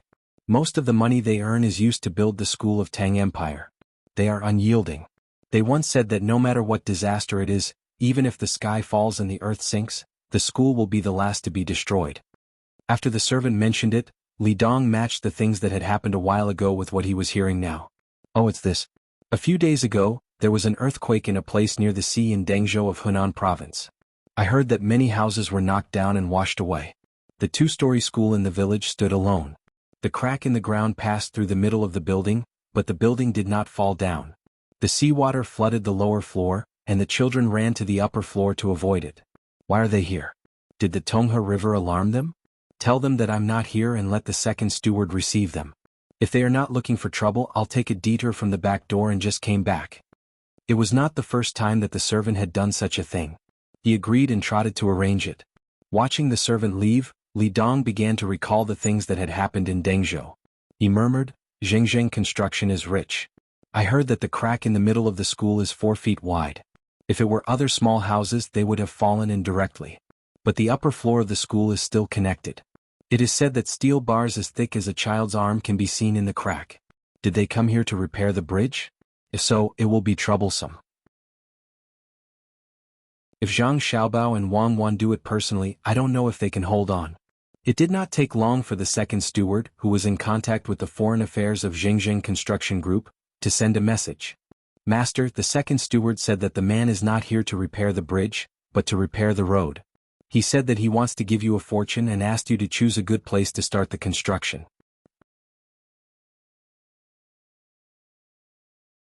Chapter 842. In the morning court, after Li Longji received the news from Jili province, he issued a new decree with the support of a group of officials. Guns and cannons would be transferred from the arsenal and 3,000 Jinwu guards would be sent to the grassland to train. This was the place left behind by the Tujue after they retreated. Zhang Shua was especially happy because the guns and cannons had always been in the hands of the Zhang family and Wang family. He had tried several times to figure out how to make them but to no avail. In addition, the reason he objected last year was not approved by the emperor, so he did not dare to propose to take control of the arsenal. It seemed that the emperor trusted Zhang Xiaobao and Wang Wan more. This time he strongly supported the emperor's proposal because he heard that the manufacturing of guns and cannons was very troublesome. For every gun that was up to standard there would be around 5 that were not. The craftsmen that Zhang family and Wang family had gathered were working hard to improve that thing called lathe. 3,000 Jinwu guards, it was impossible for them to only take 3,000 guns. Perhaps some of them would break down but at least 4,000 would be needed. This would put a lot of pressure on the Zhang family and Wang family. Furthermore, the cost of the cannons was not low. If the Zhang family and Wang family could not provide enough ammunition, he would have a reason to fight for power. Standing there and thinking about happy things, Zhang Shua could not help but smile. On the other hand, Yuan Rong's side was worried. The enemy of an enemy was a friend. Zhang Xiaobao and Wang Wan didn't like Zhang Shua, so they had to rope them in. They didn't expect the two of them to stand on their side, but at least they had to let them know that they weren't a threat to them. Gao Lisher was very good at reading people's expressions. When he saw the smile on Zhang Shua's face, he bowed and said to the emperor, "Your Majesty, the officials are very happy to hear your Majesty's proposal."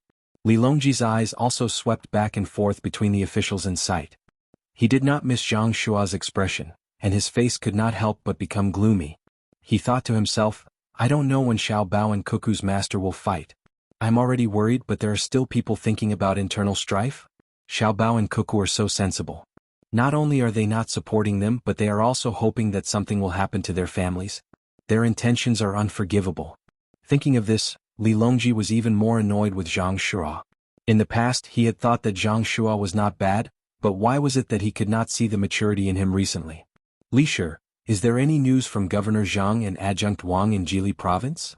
Li Longji decided to let Zhang Shua's faction suffer for a while as a form of warning. If they still didn't know when to back down, he would have to make a move. Gao Lisher seemed to have a tacit understanding as he replied, "Your Majesty, Xiao Bao and Cuckoo know that the Turks are retreating to the north, that Japan is going to participate in the sea exploration, and that Silla is ready to make a move. They have already come up with a plan, but they haven't officially sent a letter to the capital yet. I think they will arrive in the next few days. When I return, I will show the letter to your Majesty." As Gao Lisher spoke, Li Longji seemed to have really not seen Gao Lisher's letter. He happily said, "That's good. The two of them have worked hard. I heard that the two of them have personally gone to the border with Silla. I hope there won't be any danger." The officials really thought that the emperor did not know the specific situation, but when they heard the emperor say that the two of them had arrived at the border, they immediately understood that the emperor was pretending. How could he know the situation if he had not read the letter? Heard it? Who told him? "Your Majesty, please rest assured. The two of them have personally gone there because Xiao Bao does not wish to use war to solve the problem. I feel that with Xiao Bao's help, the matter of Silla can be solved. Perhaps there will be an unexpected situation." Gao Lisher did not get the specific information from the letter, but he knew that it was fine if his godson did not make a move. Once he did, Silla could only wait to be unlucky. Xiao Bao's methods were unusual. At this time Zhang Shua also restrained the smile on his face. He understood the meaning of the emperor's words. Zhang Xiaobao and Wang Wan were still busy with the Tang Empire.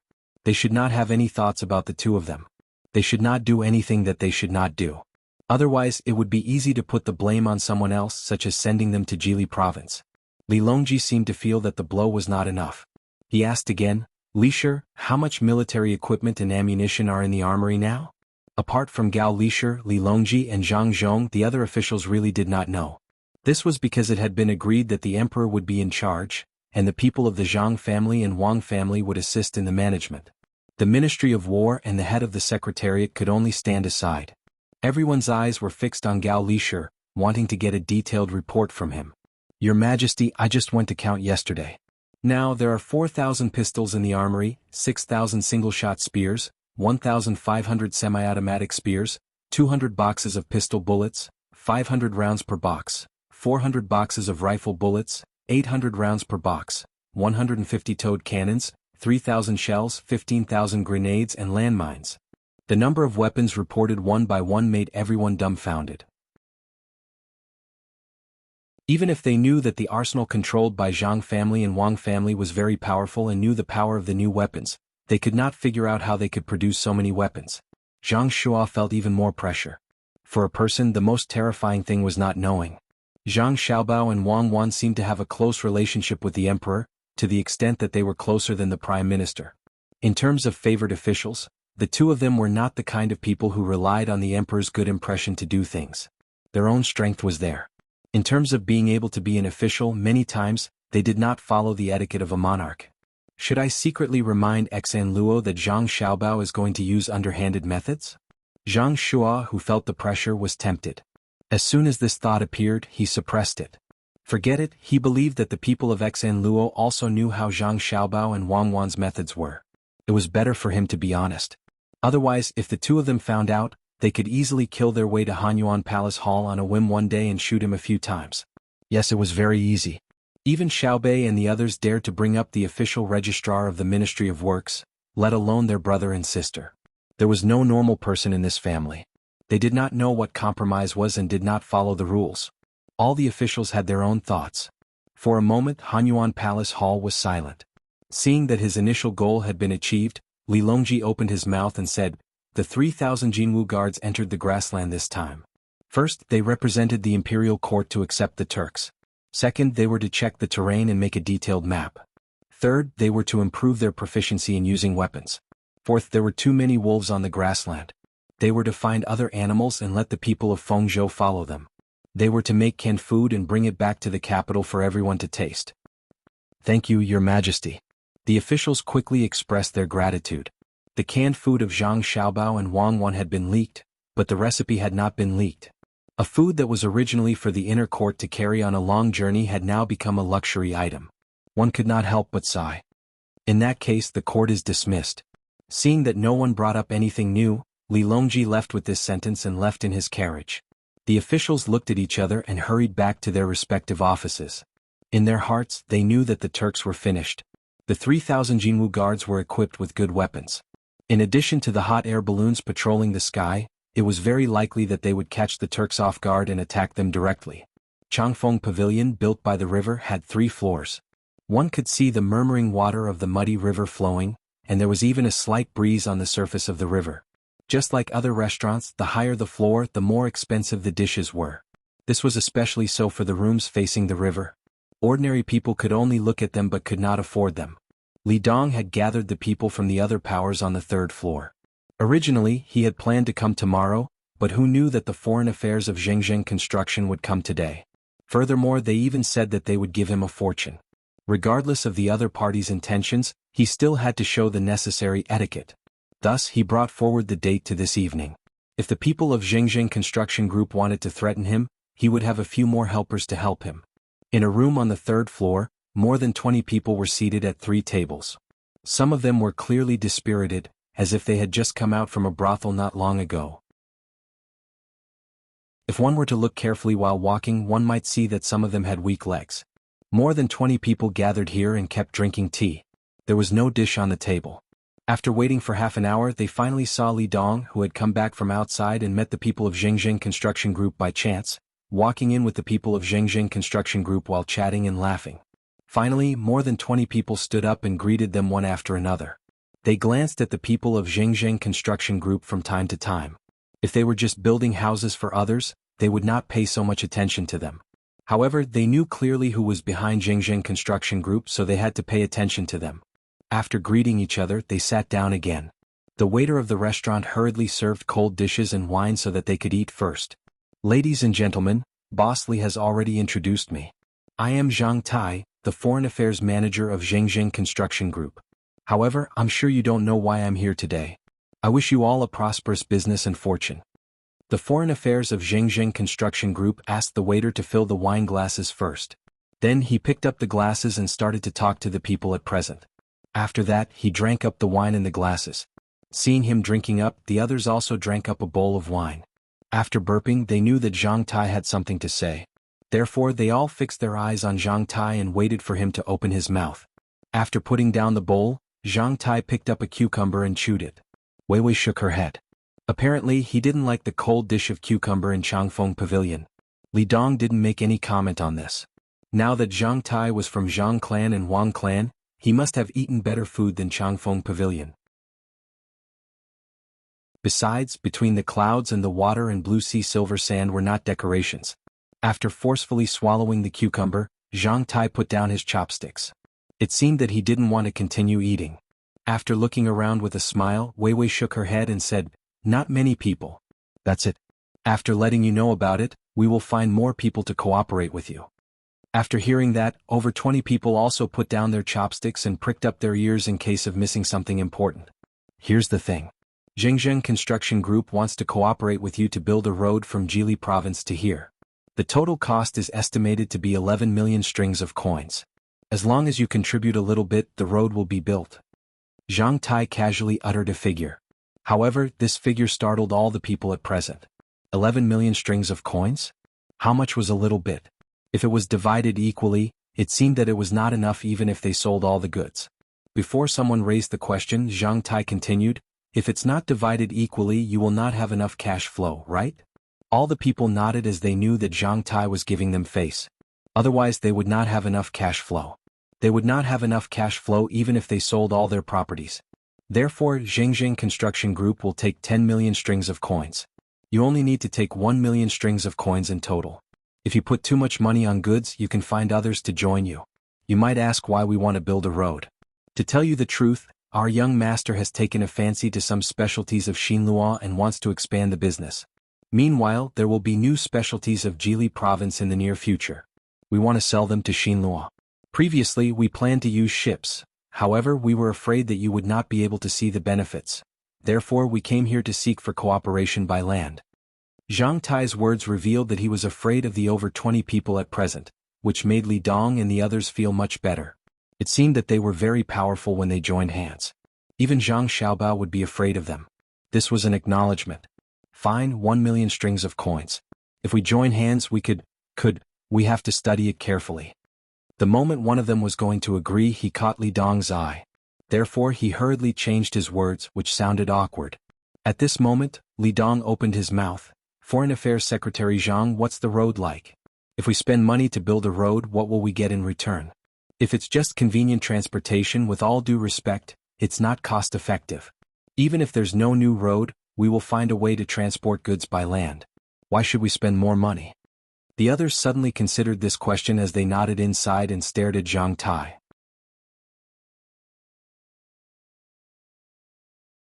Chapter 843. As Zhang Tai took out the plan that he had prepared in advance, the room on the third floor of Changfeng Pavilion became quiet. Nobody talked anymore, neither did they care about the dishes and drinks which were not as tasty as blue sea silver sand. With Li Dong in the lead, the crowd gathered together and formed 3 circles. Each circle had a proposal and they all read it without making a sound. Not bad indeed. Zhang Xiaobao is really something. After looking through a few catalogs, Li Dong raised his head and said something in Xinluo to the people who were also looking at him. They nodded at once. If it were them, they would not be able to figure out the plan in their hands. After saying that, Li Dong turned over a page. They then continued to read it seriously. Part of the plan was how to mobilize the materials for road construction and where to find people to help transport them. Part of the plan was about the firmness of the road and whether it could withstand the flood and the trampling of horses' hooves. Li Dong and the others were not interested in this information. It was not easy to get 1 million strings of coins. Even if over 20 families worked together, they could not afford 1 million strings of coins. They had to find more people. They had to find a reason for others to help them. What they wanted to know was how much benefit they could get from the road construction. After turning over another page, they finally found the information that they needed. Firstly, the road would be built at the junction of the 2 places, namely the border between Xinluo country and Tang dynasty. It would not take long for them to see the results. They would build inns, restaurants and other houses on the roadside for those who had just come from Tang dynasty or Xinluo country to rest. It was estimated that they could get 1,000 strings of coins per month. In the future, as trade and transportation became more frequent, they could make more money. Zhengzheng construction only needed 20% of the profit. After the road in Jieshi province was built, the investors in Xinhua country could also get 20% of the profit. Seeing the first point, a smile appeared on Li Dong's face. An 80% and 20% profit was like money falling from the sky. If they were to calculate according to the proportion of money invested, they wouldn't even be able to get 10%. It seemed that Zhang Xiaobao would give them some benefits first and then ask for it from other sources. After considering it, they continued to read on. Secondly, the road was built on the road that could barely be considered a road from afar. That way, the people or groups who could still use this road would have to walk on their own if they didn't want to walk on the newly built road. If they wanted to leave, they had to pay a toll fee to maintain the road. If they were traveling alone, they could stay at the two sides and wait for other caravans to come over to help guard and transport the goods. In lieu of paying the toll fee, both sides would receive a certain percentage of intermediary fees from the caravans. If a caravan were to pass through, they would charge a fee based on the value of the goods. Considering that the value of the goods could increase by several times from one place to another, they would charge a fee of 10% of the value of the goods or 5% of the goods. Good. The second point is good. If you don't take the road that we built and go to other places, firstly, it will be dangerous, and secondly, it will be a waste of time. 10% of the money is not a small amount. It would be best to take 5% of the goods. If the goods are transported back and forth, they will all be things that are not available in the two places, so the value will be higher. When Li Dong saw the second point, he stopped and told the people beside him. They nodded once again. Third, the Great Tang would set up a toll gate on both sides of the border. All goods from Xinhua would have to pay a 20% tariff to protect the profits of the Great Tang's corresponding industries. The Great Tang would send people to patrol and put an end to smuggling. What? Why do we have to pay a tariff for trade and transportation? It's the first time I've heard of it. It's really strange. Can Zhengzheng construction represent Great Tang's imperial decree? When Li Dong saw the third point, he was not satisfied. He wanted to transport more goods from Xinhua to Great Tang to sell in the future. Since there were more people in Jilin province, there would be more goods in demand. Therefore, the price would be higher. If he had to pay this ridiculous tariff, wouldn't he be giving money to others for free? Therefore, he questioned Zhang Tai, who was sitting on the cushion. Zhang Tai was drinking the scented tea that he had brought. Recently, he had been a bit irritated by the boat ride. Thankfully, his master had prepared a scented tea for him. Tasting the faint fragrance of the flowers, he was interrupted by Li Dong, who licked his lips and said, "All the subjects of Great Tang know that my young master and young lady can make decisions on behalf of Great Tang in foreign affairs. His Majesty has also agreed to collect tariffs. Additionally, it's not the first time that Great Tang has collected tariffs in foreign affairs. Jianan province has already started to collect tariffs. Even my master's caravan would have to pay the corresponding amount of money. It's the same for Xinyuan Island. I estimate that in a few days the ships coming to and from Japan would also start to pay tariffs. We can't go against this. Xinhua could also collect tariffs. Otherwise, Masterly could consider it. If Masterly wanted to buy porcelains from Great Tang and transport them back to Xinhua, you could sell them at 6 copper coins per porcelain bowl and sell them at 30 copper coins per porcelain bowl. My Tang caravan could buy porcelain bowls at a lower price and transport them back to Xinhua at 20 copper coins per porcelain bowl. Would Masterly lower your price? If you lower your price, the Tang caravan would only need to maintain the same level of profit as Masterly. By then the price would be lower than Masterly's.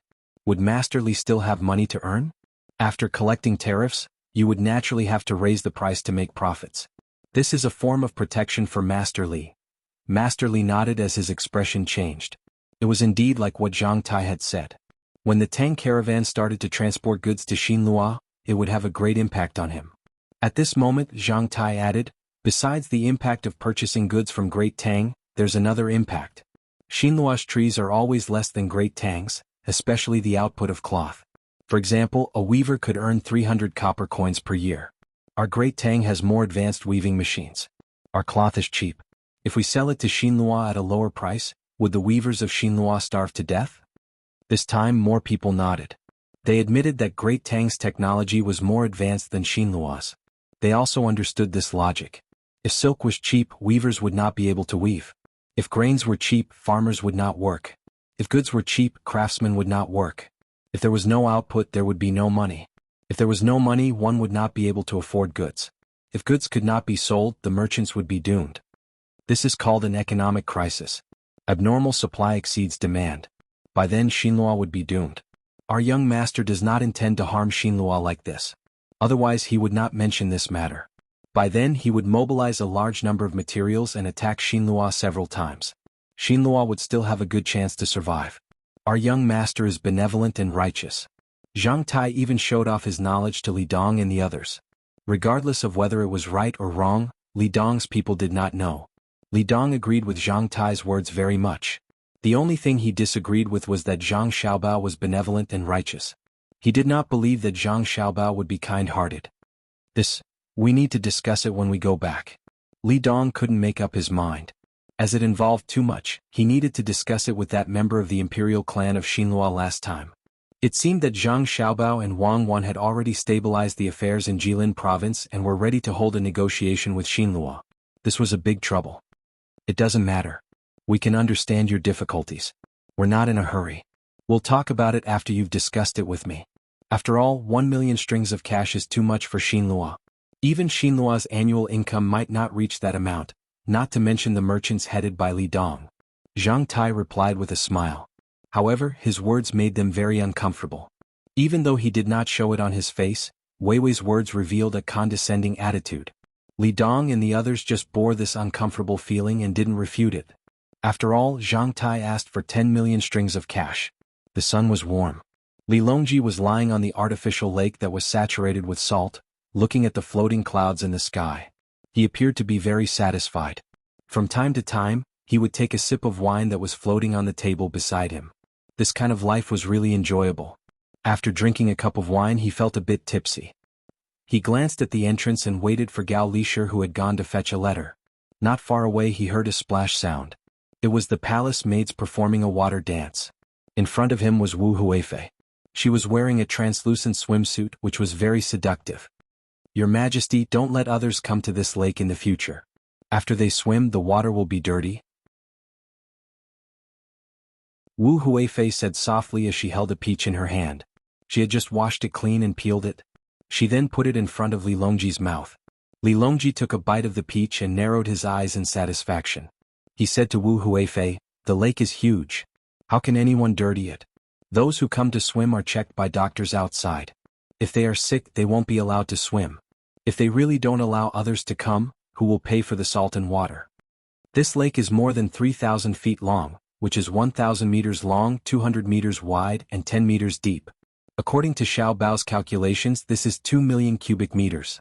If it is saturated with salt, it will require more than 600,000 tons of salt. Since the beginning of the construction of this lake, it has been constantly expanding. So much money has been spent, and we still have to inject new water and salt every once in a while. If others don't pay, do you want me to? Then I will really be a fatuous ruler. If Xiao Bao and Cuckoo find out, they will stop the annual public welfare funds for disaster relief and construction. My losses will be even greater. Your Majesty, I have never thought so much. So the Zhang family and the Wang family are that powerful? If they are really gone, won't our great Tang be in danger? Your Majesty will have to make concessions to them, Wu Huifei said. She had heard Li Longji's words before and she seemed to be agreeing with him. Sigh. Li Longji looked at Wu Huifei and sighed. Don't keep thinking about how to deal with them. Even if you're right and Great Tang can't do without them, so what? I don't have the final say in this world. I might be able to deal with the Zhang family and the Wang family, but I'll drive them away at the cost of Great Tang's economy. Yes, I can only drive them away. It won't be easy to destroy them.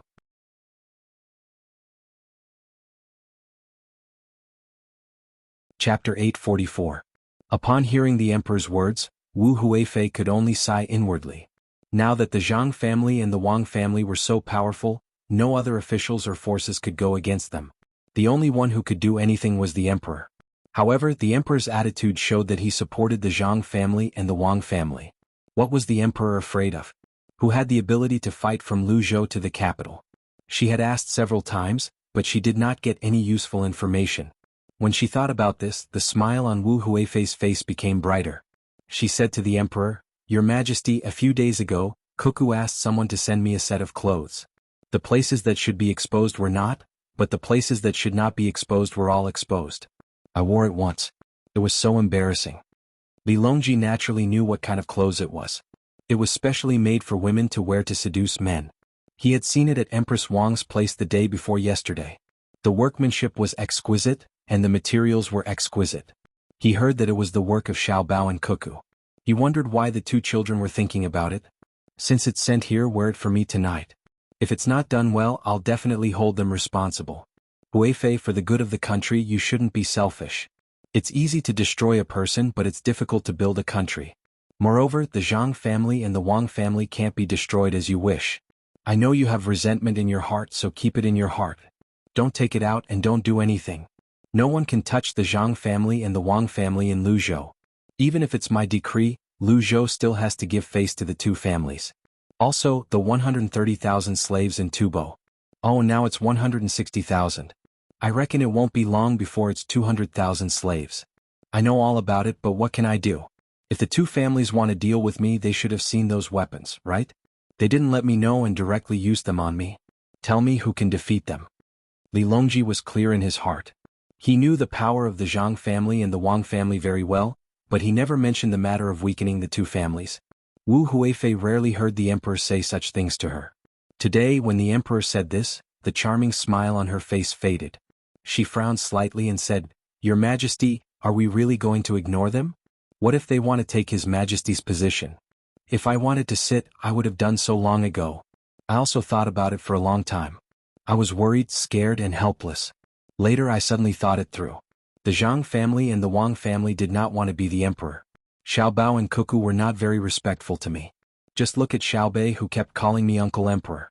In the eyes of Xiao Bei and the other children, I was only respected because I was older, not because of my identity. Every night after I finish reading the memorials, I always think, why? Later on we understood. Oh, to put it in Xiao Bei's words, we understood. The Zhang clan and the Wang clan, especially Xiao Bao and Cuckoo, probably didn't like to be emperor. They only treated the great Tang as theirs. They want me to always sit on the dragon throne, and then follow them to make the great Tang stronger. Their thoughts are not on me but on the people of the great Tang. It is true that the people are the most important, followed by the country, and the emperor is the least important. As Li Longji spoke, he also felt that he had talked a little too much today. He thought that it might be because the weather was good, and the surrounding countries were gradually stabilizing, so he could let go of many things in his heart. Looking at Wu Huifei's puzzled eyes, he said, "Starting from Sanshui County, the Zhang family and the Wang clan would always compromise with me as long as it involved interests. If they were afraid of me in the beginning, then they don't need to be afraid of me now. Especially after Xiao Bao and Cuckoo's abilities were revealed, they still did what they did in the beginning. They wanted to play the game with me and I also played with them. Don't think that they are afraid of me. I have already thought about it. They are not afraid of me, but they are worried about the confrontation with me when the game can't continue. They don't want to hurt the entire Great Tang. Yes, they have the ability, so they will compromise and let me continue the game, leaving the initiative in my hands. However, this initiative of mine is not because of the position of emperor, but because of the people of the Great Tang. They are not willing to fight a war that will affect the Great Tang. Therefore, compared to them, I am more selfish. They don't care about the position, but I care. They care about the lives of millions of people, but I put the position first, and the people second. I am afraid of them and I also feel guilty. In the future, I will not think of dealing with them. I am immortal, and I can't compare to their hearts that are as bright as the sun and the moon." After saying this, Li Longji felt much better.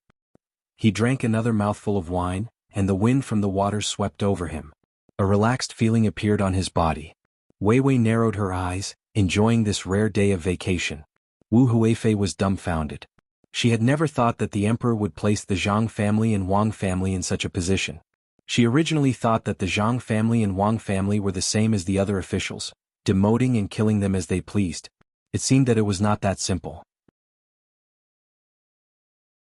She rolled her eyes and said in a low voice, "Your Majesty, what if we bring the Zhang family and Wang family to the capital? Your Majesty will treat them to a meal and then they will foolishly come here without any backup plans, waiting for me to give them a cup of poisoned wine, or prepare 3,000 axemen.